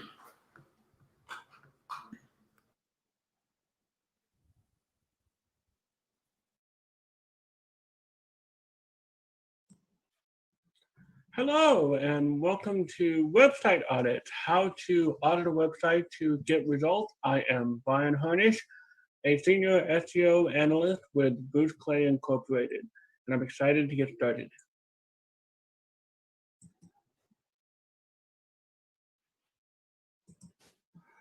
All right, the keyword and the STRP, or the SERP. Okay, so the keyword is the beginning of all searches, or rather, the beginning of all searches begins with the keyword. And any credible site audit should at least first begin with some sort of analysis of the client keyword opportunities included with the audit. And as SEOs, I'm sure you'll agree that one of our primary responsibilities is uncovering new keyword opportunities. And these can put the site in a major position for growth in the future, especially after the audit is completed. So the other side of the coin here is that you must know your client's keyword phrases, right? It's one of the most important parts of achieving a growth SEO strategy. And it must begin at the keyword and the SERP level, right? So you'll make sure that keywords match the SERP, as including the user intent behind the SERP, as well as other metrics like search volume, and making sure that the traffic the keyword is getting will support that growth, as well as the user intent behind that specific keyword phrase. All of these metrics combine to create a cohesive SEO strategy for growth that you will then be able to utilize for your client site moving forward. Then we want to talk about analyzing user intent and SERP behavior. You have to make sure to nail down the user intent behind the SERPs that your client is targeting. And this is what's going to help facilitate that growth. And in semantic search, the search engine attempts to understand the meaning behind the query rather than just the keywords, which is why just looking at the keyword phrase itself is not going to yield things like user intent and things where a user might be within the buying funnel and that kind of thing. So it's very important to make sure that you take into consideration keywords, user intent, and search behavior. All of these are constantly changing. You have to keep up with all of the ins and outs of these specific items in order to make sure that you can alter and make changes to your client's keyword strategy properly. And this is where priming your client's site for growth.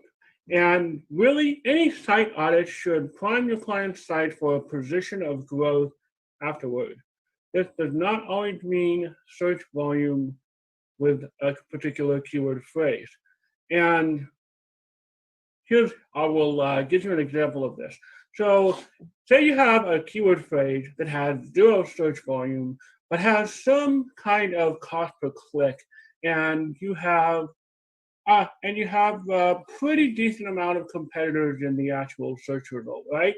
These are all different factors that you must consider when you're looking at the specific keyword phrase so that you can achieve the desired growth for your client.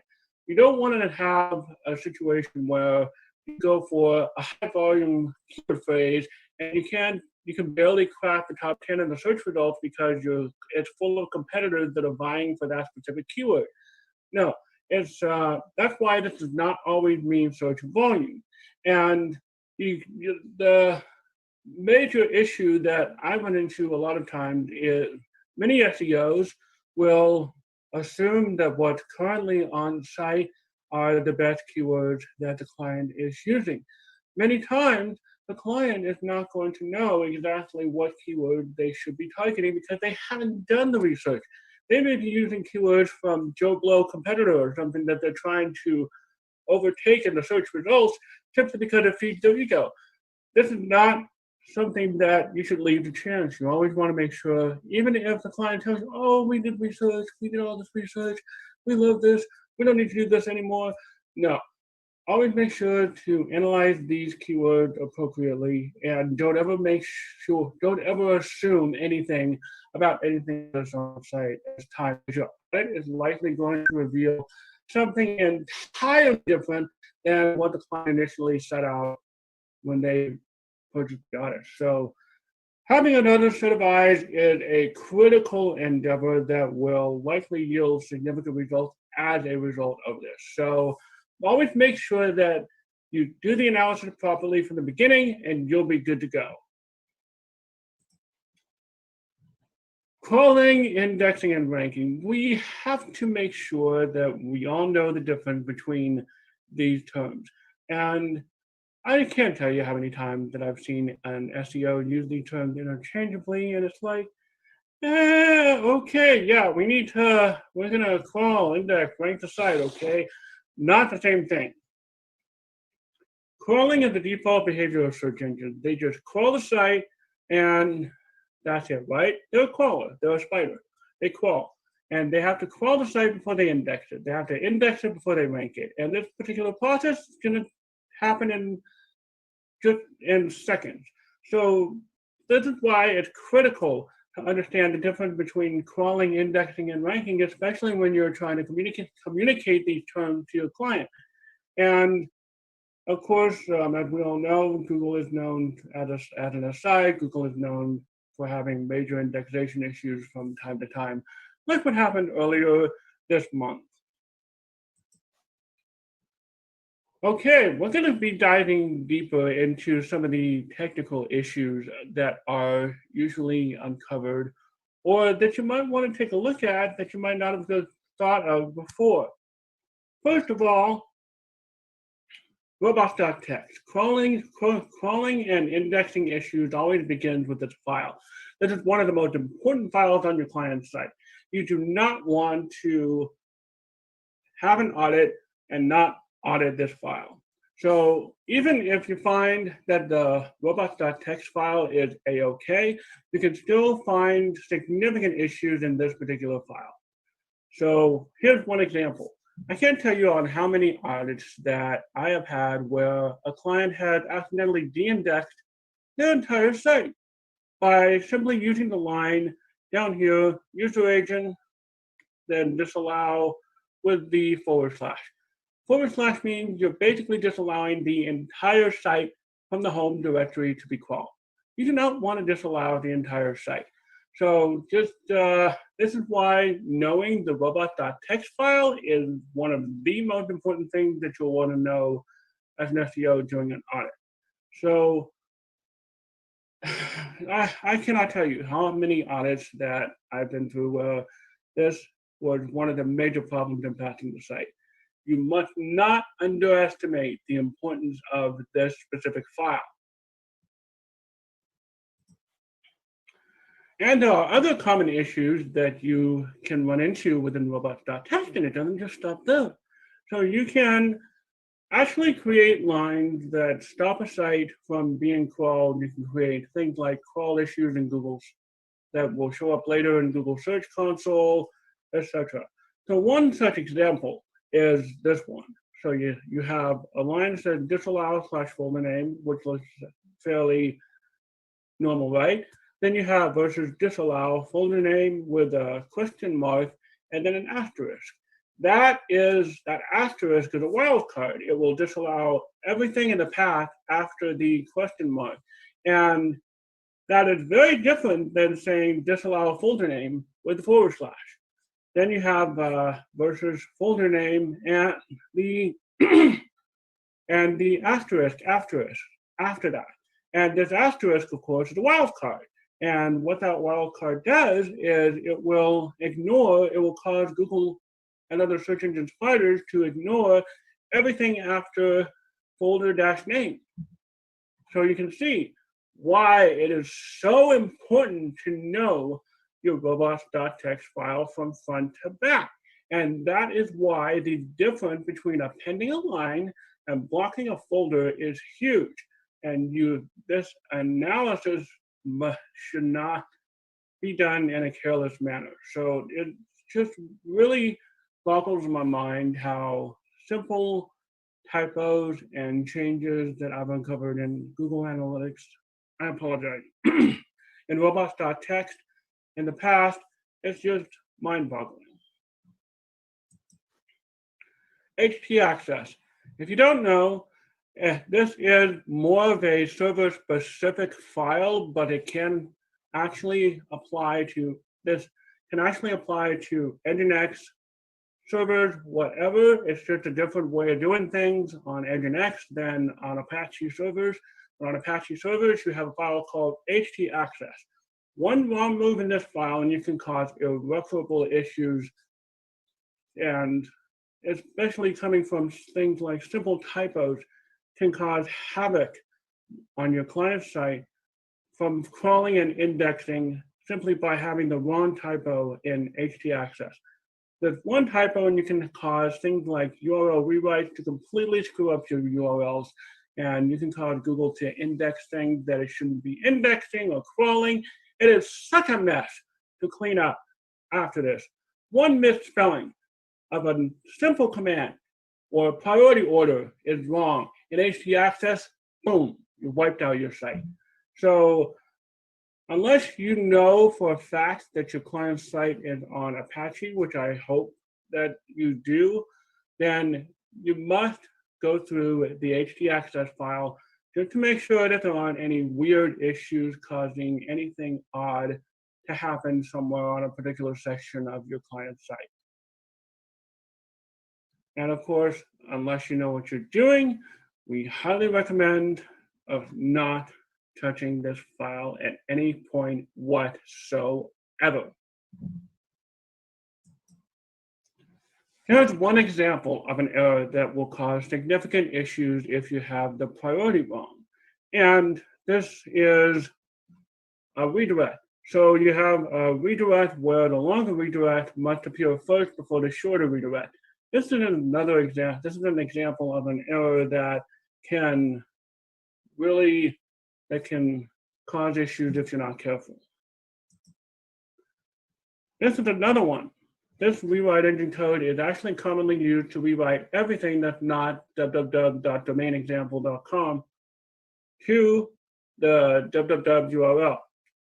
But if you set up an SSL certificate and you have a different domain that is used, such as a subdomain, and if you use that htaccess code but you don't ever update it, it will completely break the functionality of the SSL on whatever specific domain, subdomain, right? So you must mind your syntax, especially when you're working with htaccess redirects. One wrong move and your site will go. Okay, then we're going to be going into technical issues now. Technical issues can harm a site and cause harm to its performance in the search, and the many types of issues that can cause this is astounding.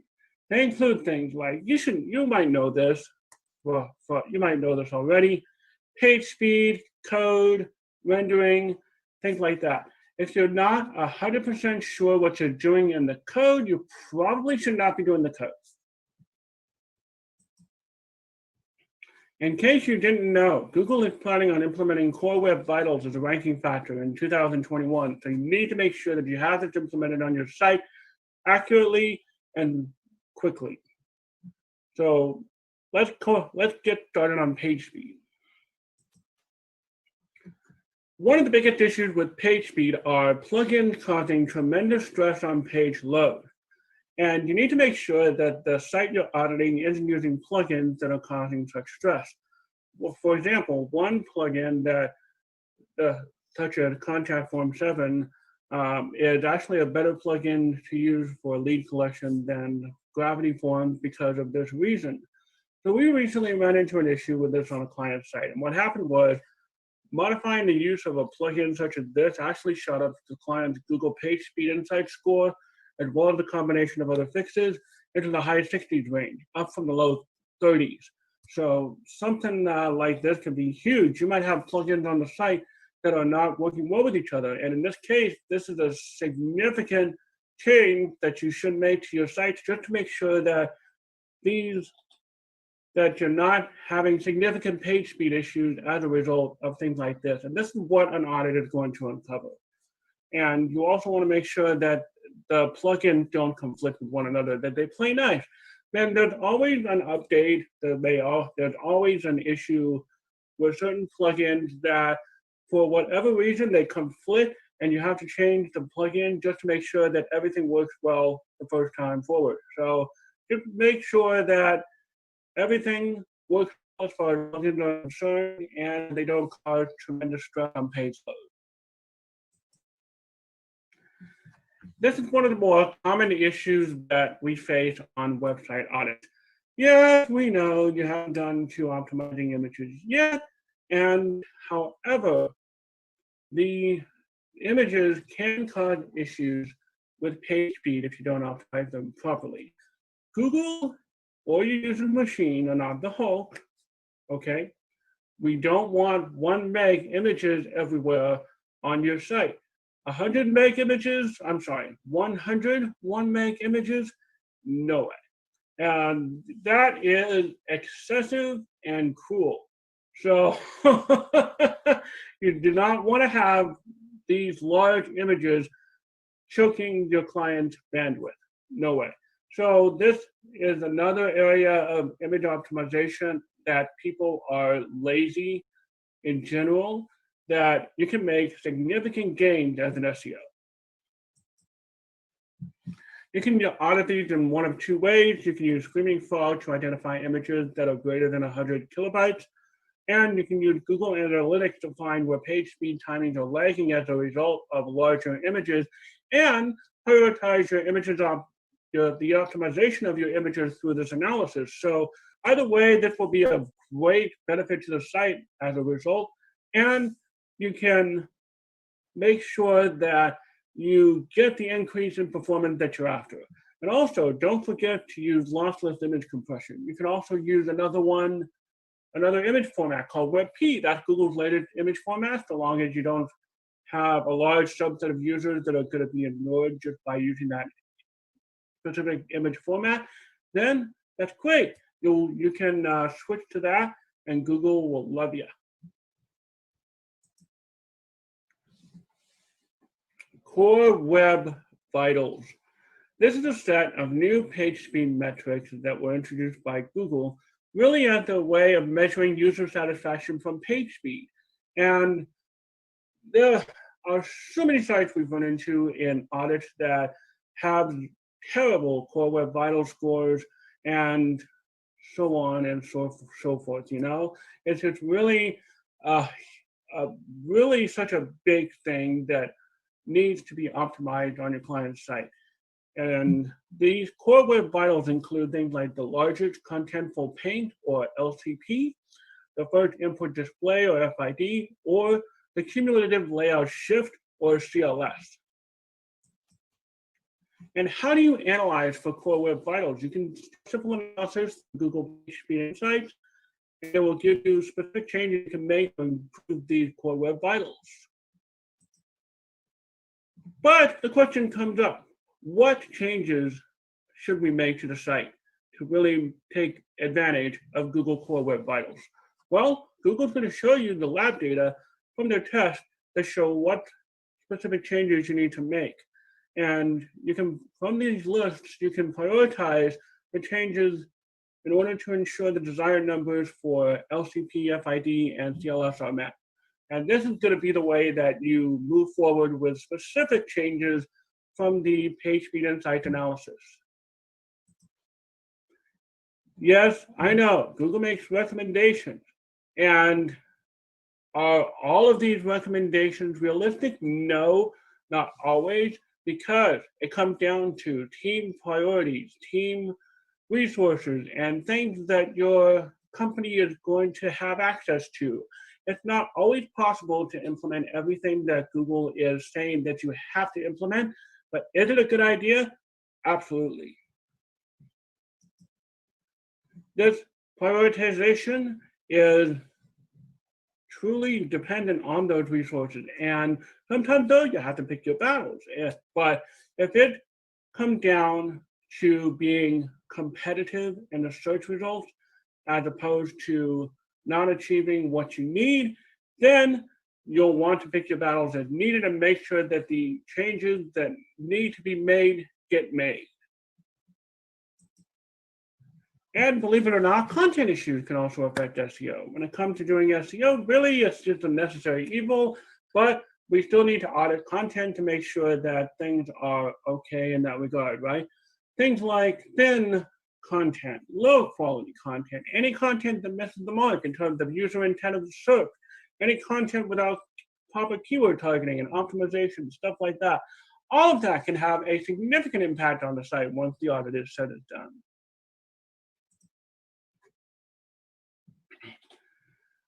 So as we discussed on bruceclay.com, thin content is not about the amount of content. It's more about quality. This is important because word count is not the be-all, end-all of content optimization.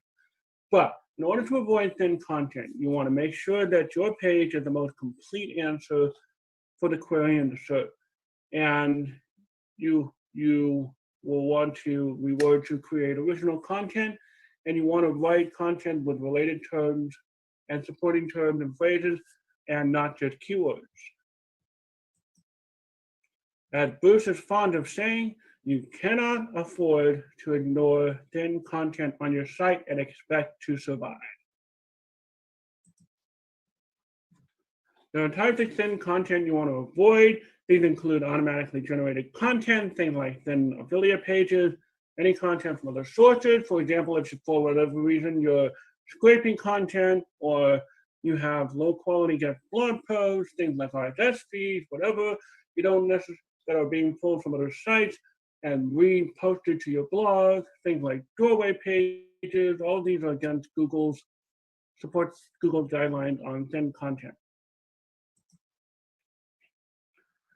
And during your audit, as you find this kind of thin content on your client site, you're going to want to fix these content problems as a part of that. So this will likely involve things like removing pages or no indexing them, reducing the number of ads, things like adding at least a few sentences of original text, and inserting relevant content from a database in small doses, revising title and meta tags to be unique and contain appropriate page keywords. You would not believe how many audits I go through where the on-page optimization is not dialed in, and we need further keyword research and just to really dial this in and make sure that the page contains keywords.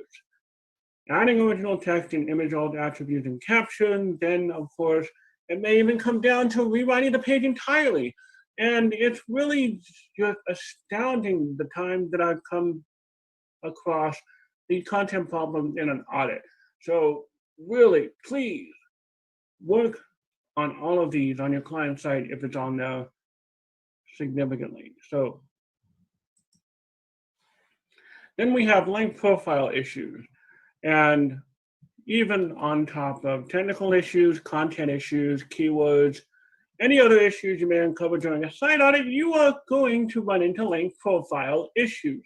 I'm sorry, but anyway, they can be minor. For example, you can, the client site might just not have the necessary links to remain competitive in the search results, or they can be major issues, such as if they have a major negative SEO attack and thousands upon thousands of links have been pointed to their site, and you see an immediate dip in a client's traffic overnight. That's huge. You must identify these types of issues as part of your audit, because this is critical to making sure that you get your client site performing again, especially if they have suffered a dip to any one of these issues. Toxic links. So what are toxic links? These are any links that violate Google's Webmaster Guidelines. Their guidelines state that a link that falls under the following will violate them. Any links intended to manipulate PageRank or a site's ranking in Google search results may be considered part of the link scheme and a violation of Google's Webmaster Guidelines. This includes any behavior that manipulates links to your site or outgoing links from your site. And this is an overview of links that violate Google's guidelines, as well as even more links that violate Google's guidelines. And these are specific links that you want to look out for. Things like porn links, gambling links, Viagra links, press releases with exact match anchor text, things like forum links, MSA, obvious PBN, web stack spam, embedded widget spam, article marketing spam. Basically anything that looks like it could come from GSA, Search Engine Ranker, Xroomer, or Scrapebox. Next, disavow toxic links in a disavow file. And of course, Google is on record as saying that if you're under penalty, they want to see you commit to a long-term link removal campaign. Ideally, ask webmasters 3 times to remove the links. And their reasoning is that it should take you just as long to get out of a penalty as it took getting into it. So it's really like you get into a penalty and you're kind of paying the price for it, but that's what happens sometimes. So it's really just a matter of making sure that you disavow any toxic links and do what Google wants, and you should be free after. Then how does it tie into results? Keywords. The higher search volume keywords that match the user intent that you're targeting, that you can achieve, will be the growth you're looking for. Higher quality content that's better than what was done before is going to be the growth you're looking for. The better links that you achieve for your client that was never done before, that's going to be the growth you're looking for. And finally, the better technical SEO that wasn't done before is going to be the growth you're looking for. Combine all these together, and it's going to create the growth that your client is after. And thank you so much.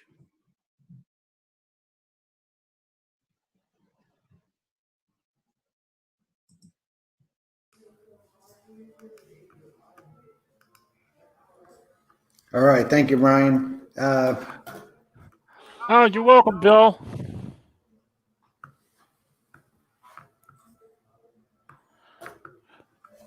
Sure have a comment there from Liz. Responding. Simo. Oh, that's great, Liz. Fabulous. Fabulous. Oh, always glad to help out in that regard. So thank you so much. Anna Kravitz over at Mix Analytics. So great. If you have any questions about Brian's session or on site audits or anything in particular, feel free to ask away. Thanks.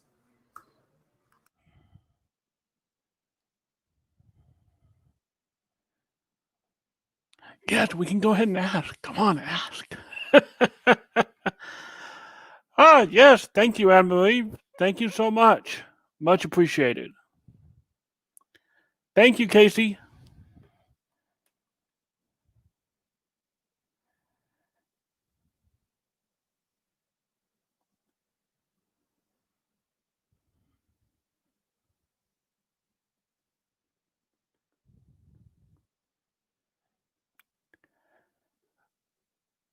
Oh, yes. I've definitely seen this behavior. It's not pretty, but really, as far as dealing with those, I just do a disavow file. And just make sure that anything that is really questionable, anything that looks spammy, or anything like that, creating the disavow file and make sure it's uploaded to Google Search Console. And that's really all you really That's all you can do unless you really want to go through the effort of doing a long-term link removal campaign, which is actually what Google recommends. But really, John Mueller had actually said that doing a disavow file in these situations is probably faster, and he has said that for any links that you're unsure of, you probably just want to do a disavow.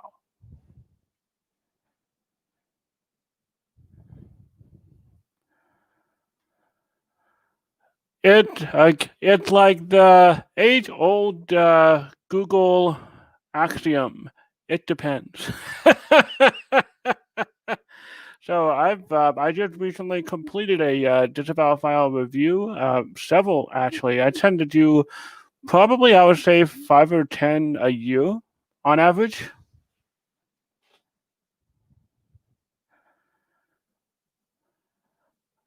Good question, John. I'll probably have to create one of those checklists. I actually have a similar article on SEJ, 10 bad links, but it really only goes about through about Search Engine Journal, SEJ.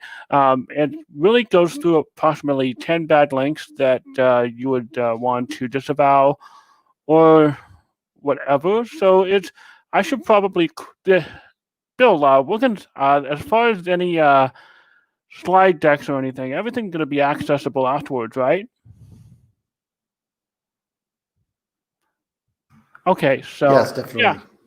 All right, yeah, just John, in answer to your question there, you can certainly go ahead and really just go through the slide deck. That's pretty much one of my most complete list that you can see, aside from anything that might appear as if they were done by auto-generated programs. Thanks, James.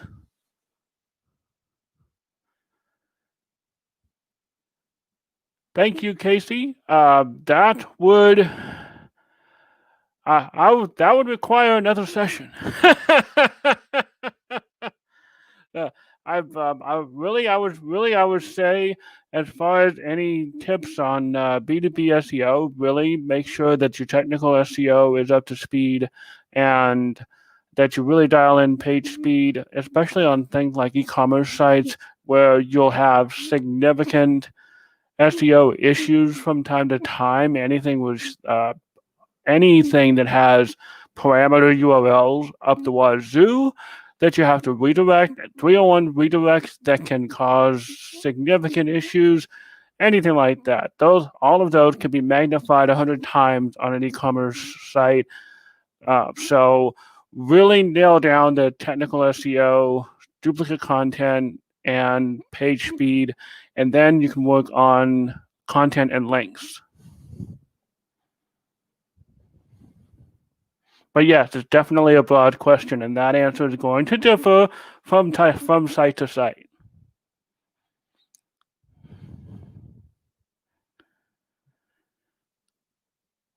Thank you for the question, Chris. You can use a plugin. There's a plugin available for Adobe Photoshop that allows you to change images to WebP.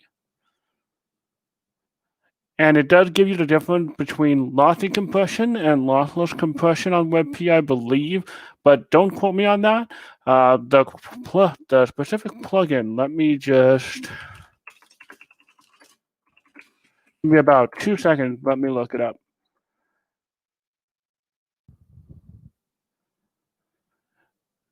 Of course, I cannot find it now. Excuse me on that, Chris.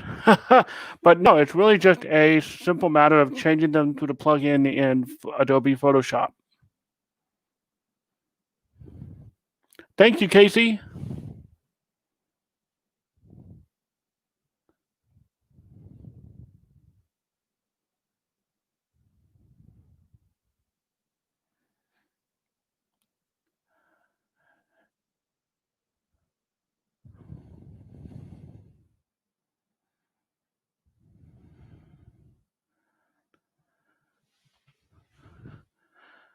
I would say that disavow. I would say that with Google, They have said that they are good at largely ignoring any spammy links or toxic links that may appear to be manipulative in nature. But as John Mueller has said, if you're concerned about the links in any way, feel free to do the disavow.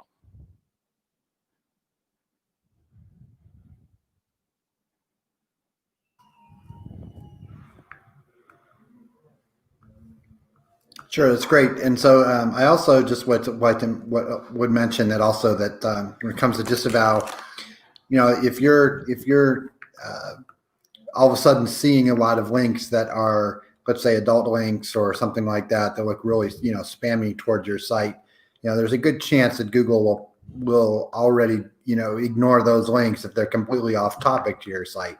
But if you feel comfortable, you can certainly disavow them. And the biggest question I have also seen is a lot of other sites that are specifically image sites that will link directly to your images. And in those cases, I've seen where people have disavowed a lot of those links. They think they don't really count. But in fact, I've seen rankings go down by disavowing all those, links from image sites that point to your site. So as well, I don't know if you've seen those as well. And maybe, you'd like to comment a little bit about that as well, Brian. Yes, absolutely. Most my recommendations are broad. They aren't meant to be taken specifically. So anything that is found in an audit that is something that may be a benefit to your site, you probably don't want to disavow it.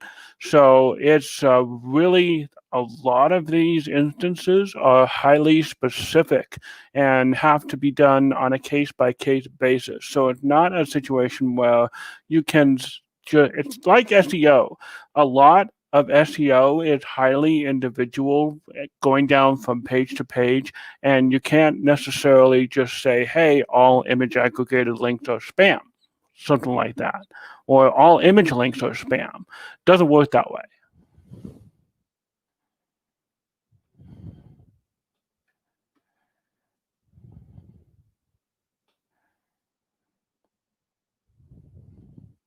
I'm sorry, Bill. You're muted. Okay, we're just getting close to the next session. So thank you again, Brian, for spending this time. How do we get in touch with you? Oh yes, you can. Well, we do site audits at Boost Clay. If anybody is interested in signing up for a site audit on boostclay.com, feel free. But other than that, you can actually get a hold of me on Twitter through Brian Harnish. That's just my name on Twitter.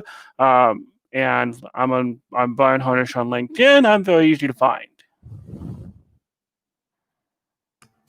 Okay, thank you very much. Thanks again, Brian. And we're going to pause for a couple minutes, and then we'll have our next presentation up is Blake Denman.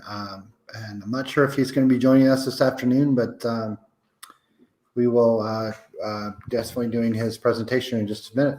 Thanks. All right. Thank you, Bill. And everybody, thank you for joining, and I appreciate all of your questions. And you are most welcome.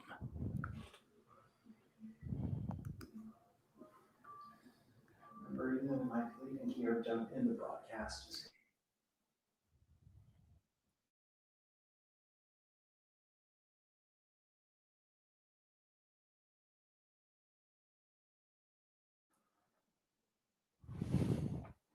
So.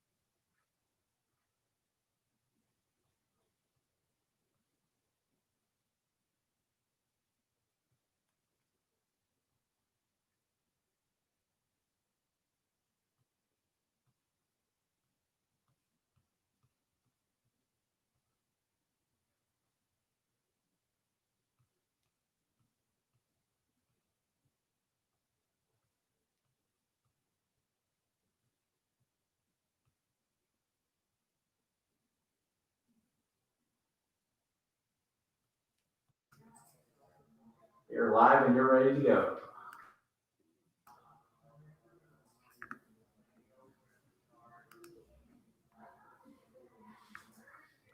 Hi, Blake. Hey, Bill.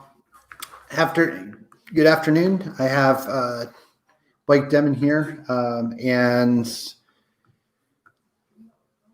I'm gonna go ahead and start your presentation that I have, and then we'll have a few minutes. We'll definitely have the comments going during the session, but and then we'll have some time for Q&A right afterwards. Sounds good.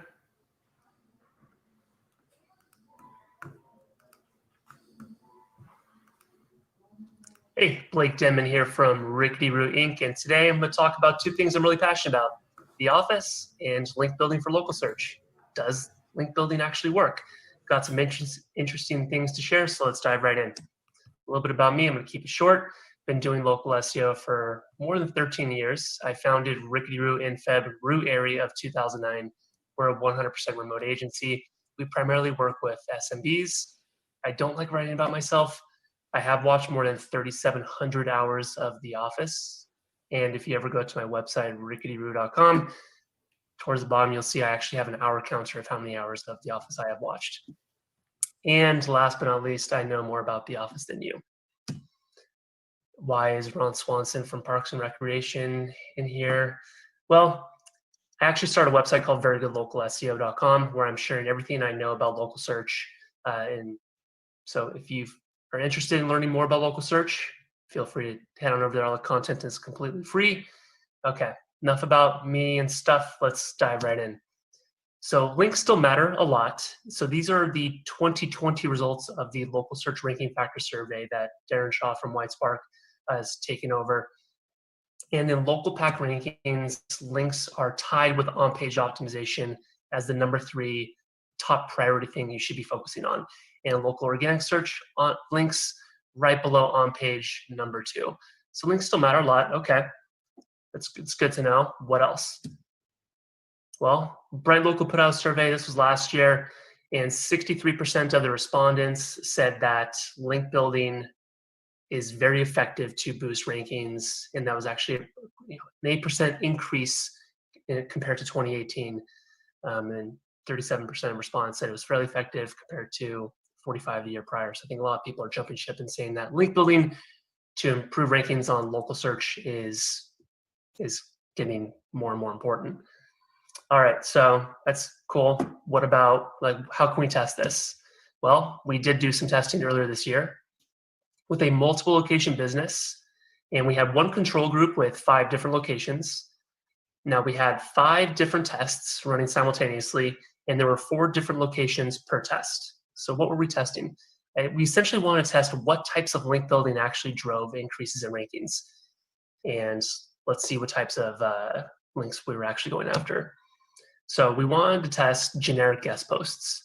In these locations, Dallas, Fort Wayne, Aurora, Leawood, we want to see if the amount of generic guest posts that were getting published with optimized anchor text would have any impact on Google, on Maps local pack rankings or organic search. So that's test 1. Then we went after topically relevant authoritative links. So in these locations, so out of those 4 locations, one location got 1, 2, 3, and then the last location got 4 links. You can see the anchor text that we were trying to optimize for. Next up is Yext PRP link building. PRP is page rank passing. So if you're utilizing Yext in the section where you can add coupons or, and you can dictate what that anchor text is on these particular websites in Yext's network, those are page rank passing links. They are not no-followed. So we went ahead and actually want to see if we can utilize by zip codes, see if we can improve rankings in specific zip codes.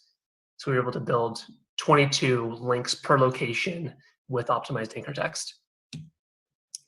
This has been debunked multiple times, but we want to test it ourselves. We want to see if linking inside of Yext directly to the Google My Business CID would actually have any type of impact on rankings on the map side or local organic. And last, but surely I think it's probably one of the least, along with GMB CID, is manual citation building. 4 locations, we built 10 citations per location, and all locations across the board for this multi-location business have had Moz Local for nearly 3 years. So before I kind of get into the results, some testing caveats. We're in the middle of a pandemic, have no control over new reviews, have no control over what any competitors are doing, nothing like that. If there's spam coming into the mix, there's so many ways you could poke massive holes in our testing, but it's still something I'd be happy to share. That being said, correlation does not equal causation. If we are able to infer some type of reaction or some type of ranking increase from a particular type of strategy, doesn't mean it was actually what caused that ranking increase. So just take everything with a grain of salt. Your results will be different if you find that in our testing that one particular type of link building was actually pretty beneficial for that given test group. Your results are going to be different, and we'll talk a little bit more about that a little later. All right, so let's go with the updated results. So all of these links were built super early this year, and I presented our preliminary findings at Local U in March. So first, our control group. Now, bear in mind, nothing has been done on any of these locations the entire year.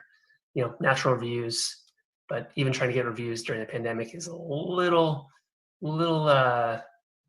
different than what's normal. All right, so across the board, Google Maps, overall visibility, and that's what we're going to primarily focus on, visibility scores. Overall, down 5% from February 4th of this year up until October 4th of this year. Now, Google Organic, visibility score went down by 3%. Makes sense. Nothing was really done. No links, no content. Nothing has been touched on any of these locations. Now, guest posts. We had on Google Maps, we had a 1% decrease, which is interesting. So not as big of a decrease compared to the control group. And then regular organic, we had a 2% decrease. So if we were able to continue with that type of strategy, maybe the results have been a little bit better instead of just doing one-offs, just to kind of see what types of results could actually happen if there was a continued effort to improve rankings instead of just the one-off. Topically relevant authoritative links. Now remember, 1, 2, 3, or 4. One location, Virginia Beach, we built 4 topically relevant authoritative links. So Google Maps, we had a 2% visibility increase. In regular organic, we just had a 1% decrease. Not too bad considering we only built these not too many links, and they were at the very beginning of the year. Next, page rank passing link building. Google Maps, we have a 2% visibility increase. But in Google Organic, we actually have a 10% decrease. So if you wanted to infer anything from that, you could say that Yext might have a slight impact on Google Maps rankings, especially if you're optimizing for certain types of queries. Yext GMB CID link building. In Google Maps, we had a 4% decrease. I'm going to jump back to Yext PRP, which we linked directly to the page instead of the Google My Business. So in Google Maps, GMB CID, we had a 4% decrease. But in the other test, we had a 2% increase, linking directly to the page with our optimized anchor text compared to the GMB CID, which had a 4% decrease. So furthermore, debunking building links to your Google My Business CID is not going to help you with rankings at all. Google Organic didn't help whatsoever. We actually had the biggest decrease out of any of the tests. So don't build links to your Google My Business CID. It's a waste of time, and it's not going to yield you any results. Manual citation building. The visibility score remained the same through the entire testing period. And Google Organic, we had a 6% decrease in visibility. Makes sense. Citation building, how much is it going to actually help you? Not very much, but it's interesting to see that on the map side, we were able to maintain visibility just by building 10 citations per location at the beginning of the year, compared to the control group, which we actually had some decreases in maps. But also right here, Google Organic, citation building had 0 impact. We had a decrease in visibility, slightly less than the control group, but it's not going to really help you. So if you were to base conclusions off of this, Yext seems to be helping a little bit with on the Google Maps side. Generic guest posts seem to help a little bit. Topically relevant authoritative links seem to have some really good impact.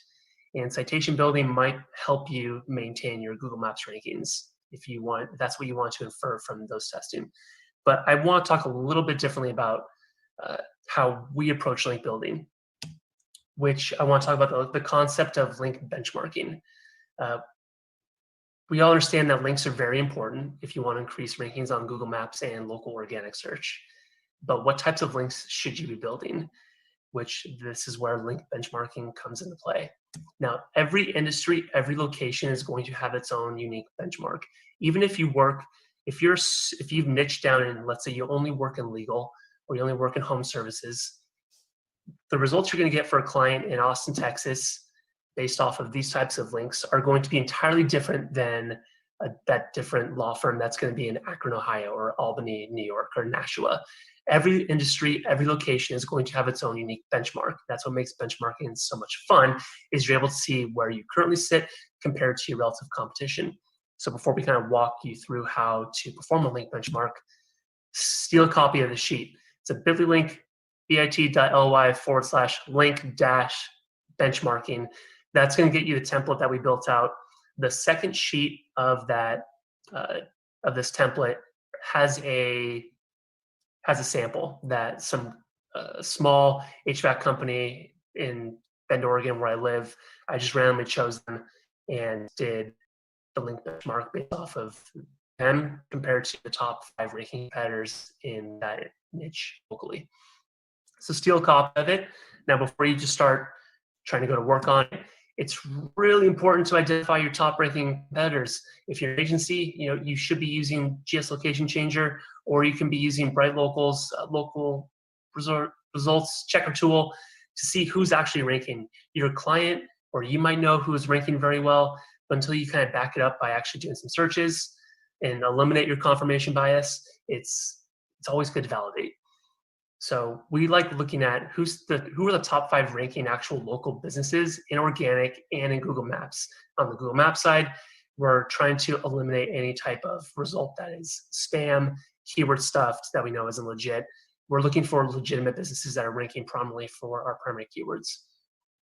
So once you've built that list, next we need to export some links. So you can use any third-party tool you would like. Ahrefs, SEMrush, Majestic, Moz, any link building tool, research tool that you're using, you need to start put in each competitor's domain and then export the referring domains into an Excel doc, download to your desktop. Do the same thing for your website through this third-party tool as well, through the third-party tool that you're using. And then once you've done all that, you have to start putting in the referring domains into the right column for each for your website or your client's website, and then each one of the competitors you want to analyze against. Once you've done all of that, then you start categorizing the links. There are different options. You have topical, local, there's citations, there's an other field, which would require some more research on your part, and then there's the next part, garbage. When you're going through and looking at the competitors and you see that they get a lot of links from random blogger subdomains, those are all garbage links. Like if you're looking at a referring domain and it doesn't pass the smell test, it looks spammy, just mark it as garbage. That's nothing you want to compare yourself against, but you need to do the same thing with your referring domains too. Once you've worked through each and every single one of them, you'll have something that looks like this, like this. So client domain totals in the example that I have on that sheet, they have 1 topical link, 1 local link. They have 10 citations, and then they have 1 other link. Now the benchmark compared to their top 5 competitors who are ranking prominently locally, they average 7.8 topical links, 9.6 local links, 23.2 citations, and then 1.6 other links. So if this was your client, based off of these findings, you can accurately see what types of links you should really start focusing on. Yeah, might need some citations, but really need to focus on building some local links and building some topical links. Okay, so once you've built this, what do? That's where we need to start prioritizing types of links. Now, there are easy links to get, there are medium, and then there are hard. So easy links to get, those are going to be your citations. I don't like saying that I don't believe building citations counts as building links. It's structured, it's super easy, mainly structured citations. Unstructured citations, entirely different story. But structured citations, I don't count them as building links, but if you want to qualify them, sure. Yeah, so those are easy links to get.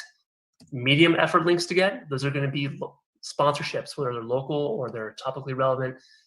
Local memberships or topical memberships, guest posts, local review / case studies, which I'll talk to you about a little bit. Now, hard effort links to get, those are going to be editorial, resource link building, broken link building, anything that's going to require a lot of strategy, outreach, and asset building. There's going to be way more effort needed in order to actually build that.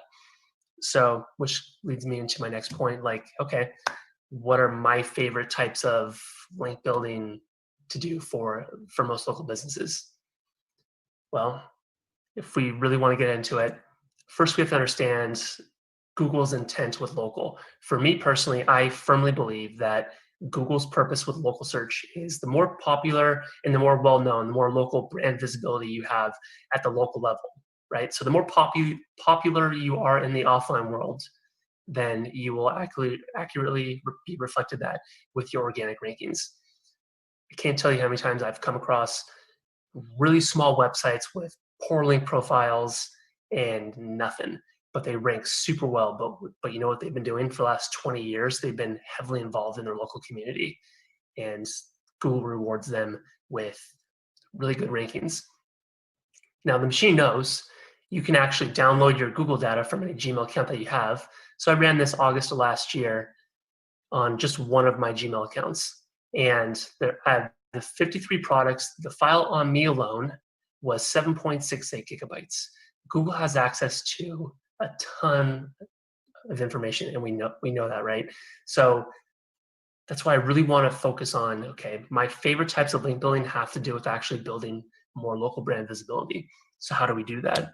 Well, I'm a big fan of affinity categories inside of Google Analytics. So you go to analytics.google.com, do a 6 to 12 month date range, then you go to audience, interests, affinity categories. Then you're going to get something like this, and you're going to see, okay, the number one affinity for this particular website was value shoppers. Now, if it was local ecom, okay, local coupons might be a really good idea. Number two, movie lovers. All right, is there a local theater in town that's been, like in Bend, Oregon, we have a Tower Theater. It's been mainstay. It's historic. Okay, there might be an opportunity there. Then you've got music lovers, family focused. Like these are going to help you identify, like, okay, how can we get involved in our local community, but also get in front of our potential customers? Instead of just sponsoring a little league team, you don't, unless your demographics actually fit, like, okay, yes, all of our clients are families. I mean, that really applies to like daycares. You're going to get better benefits out of getting involved in the local community if you've looked at your affinities and you understand who your ideal customers are and what they actually care about. So then you need to get in front of your target audience. So that number two category on this slide, movie lovers. In Bend, Oregon, we have the Tower Theater. Okay, is there any type of opportunity? Maybe we could sponsor an event there where we're going to show the movie Threat Level Midnight to get our target audience in front of, if we also find that they love The Office. You have to be a little bit creative. Instead, yeah, you can use search operators to find sponsorship opportunities, but if you can actually find a local historic type of opportunity, even if they don't have any links or sponsors on their website, ask. Simple outreach. You never know what's going to yield. It never hurts to just ask. Like I could email Tower Theater if that was my affinity category and say, hey, would love to get involved with you guys and come up with some type of opportunity where, you know, it would help raise awareness for them and we would get a nice link out of it. Not only that, like if you are able to work with a local opportunity like this, you're going to be the only external link in your business category that they're linking to, which is going to be awesome compared to a generic sponsors page that's going to have 10 to 50 different vendors on there. So if there are any links, just ask. It doesn't have to be that hard. My next one, and this one's a lot of fun, long form testimonials. You can call them case studies, guest posts, whatever you want to call it. If you're working with a local business or you are a local business, make a list or have your client make a list of all the local vendors that they use to operate their business. Bookkeeper, CPA, lawyer, a commercial cleaning service, a property manager even. I don't know about that, but you get the idea. You can also look at who do you refer clients to, who refers you to clients. Same could apply here.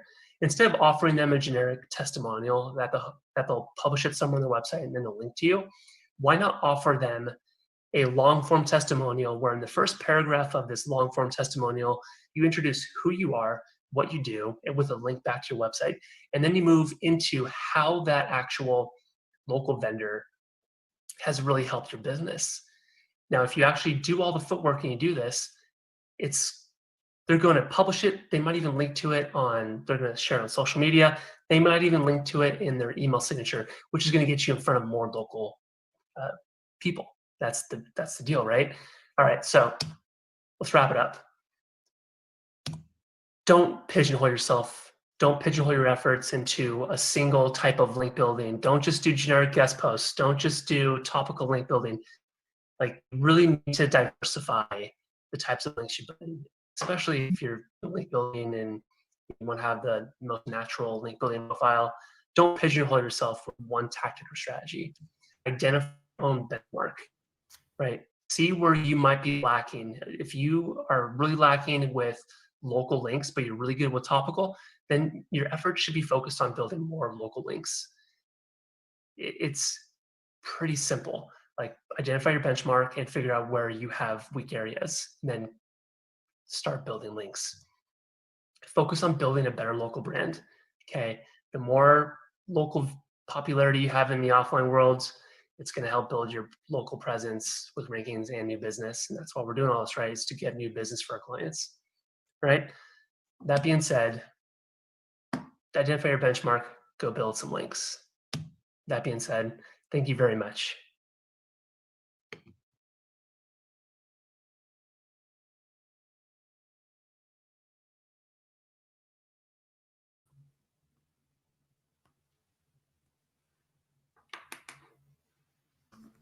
All right, thanks, Mike. We have a few minutes for some questions. If anybody has any questions, feel free to pop in the chat and we'll get those going. Thanks again. No problem. Can even talk about The Office.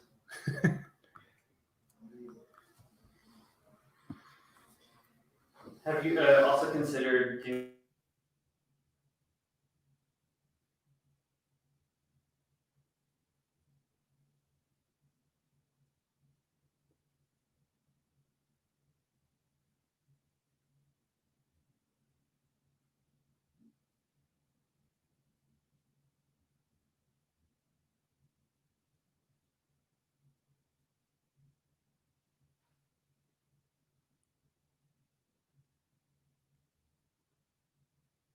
We have one question here about any link building to local citations, to kind of, I guess, boost them up or give them, some additional value. So that's something that I don't really think is ever talked about much in the industry, where people go out and they build citations, but they never actually try to get those citations indexed. So what we've done in the past is we'll build a page on the website saying like where to find us, and then we will list the citations that we want to be crawled or indexed, and then fetch those, do a fetch and render so that way they get crawled, so that way they get included, indexed. And that's what we actually did for our testing with Yext, is we identified all of those citations, create those pages, got them fetched, got them indexed, and then make sure those citations got indexed for our testing.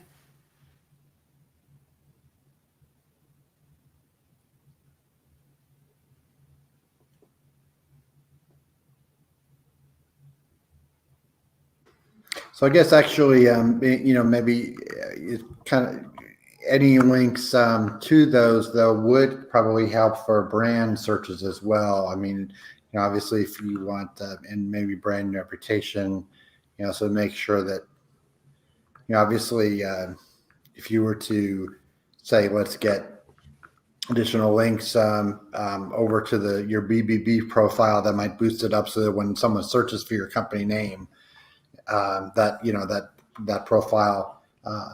Not sure about how much as far as really SEO value, because some of the links may be no followed, but just for I'm thinking more online reputation management for your brand as well. So so additional links maybe to those local citations might actually. That's a good idea, especially if you want to use your BBB example. Let's say you have an A+ rating, but your Yelp profile, if it's a home service business, let's say they have a 3 rating, and a lot of their actual reviews have been filtered out by Yelp's algorithm. That could be a good use to like build some links. That way, if someone does a brand search to look at your reviews, your BBB shows up higher than your Yelp profile.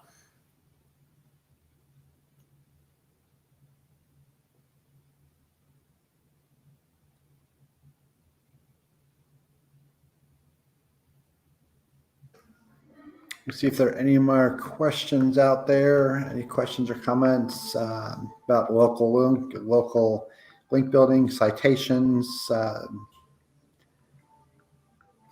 Certainly, how do we get in touch with you, Blake? Sure, you can find me on Twitter. My Twitter handle is @BlakeDenman, and or you can reach out through my website.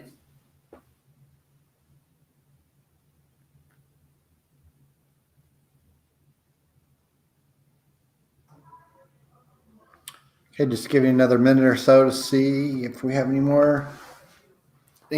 other questions before we kind of wrap it up. We do have.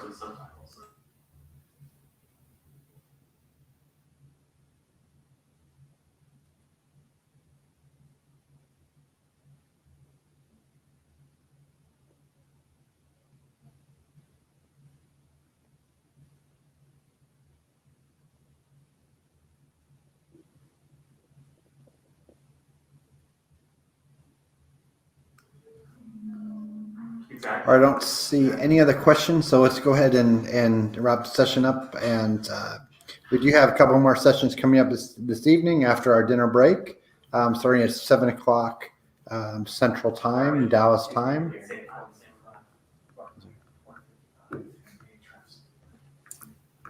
And we do have also the next session.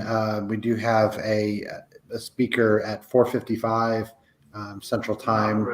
And that is in the Ahrefs room. This is going to be you can bring your questions for Barry Schwartz, and Dave Davies will be there, this fireside chat. And thanks again, Blake, for this spending some time this afternoon and giving us some local information about local links. No problem. Thanks for having me. Thanks, Blake. See ya. On the SEO Twitter space.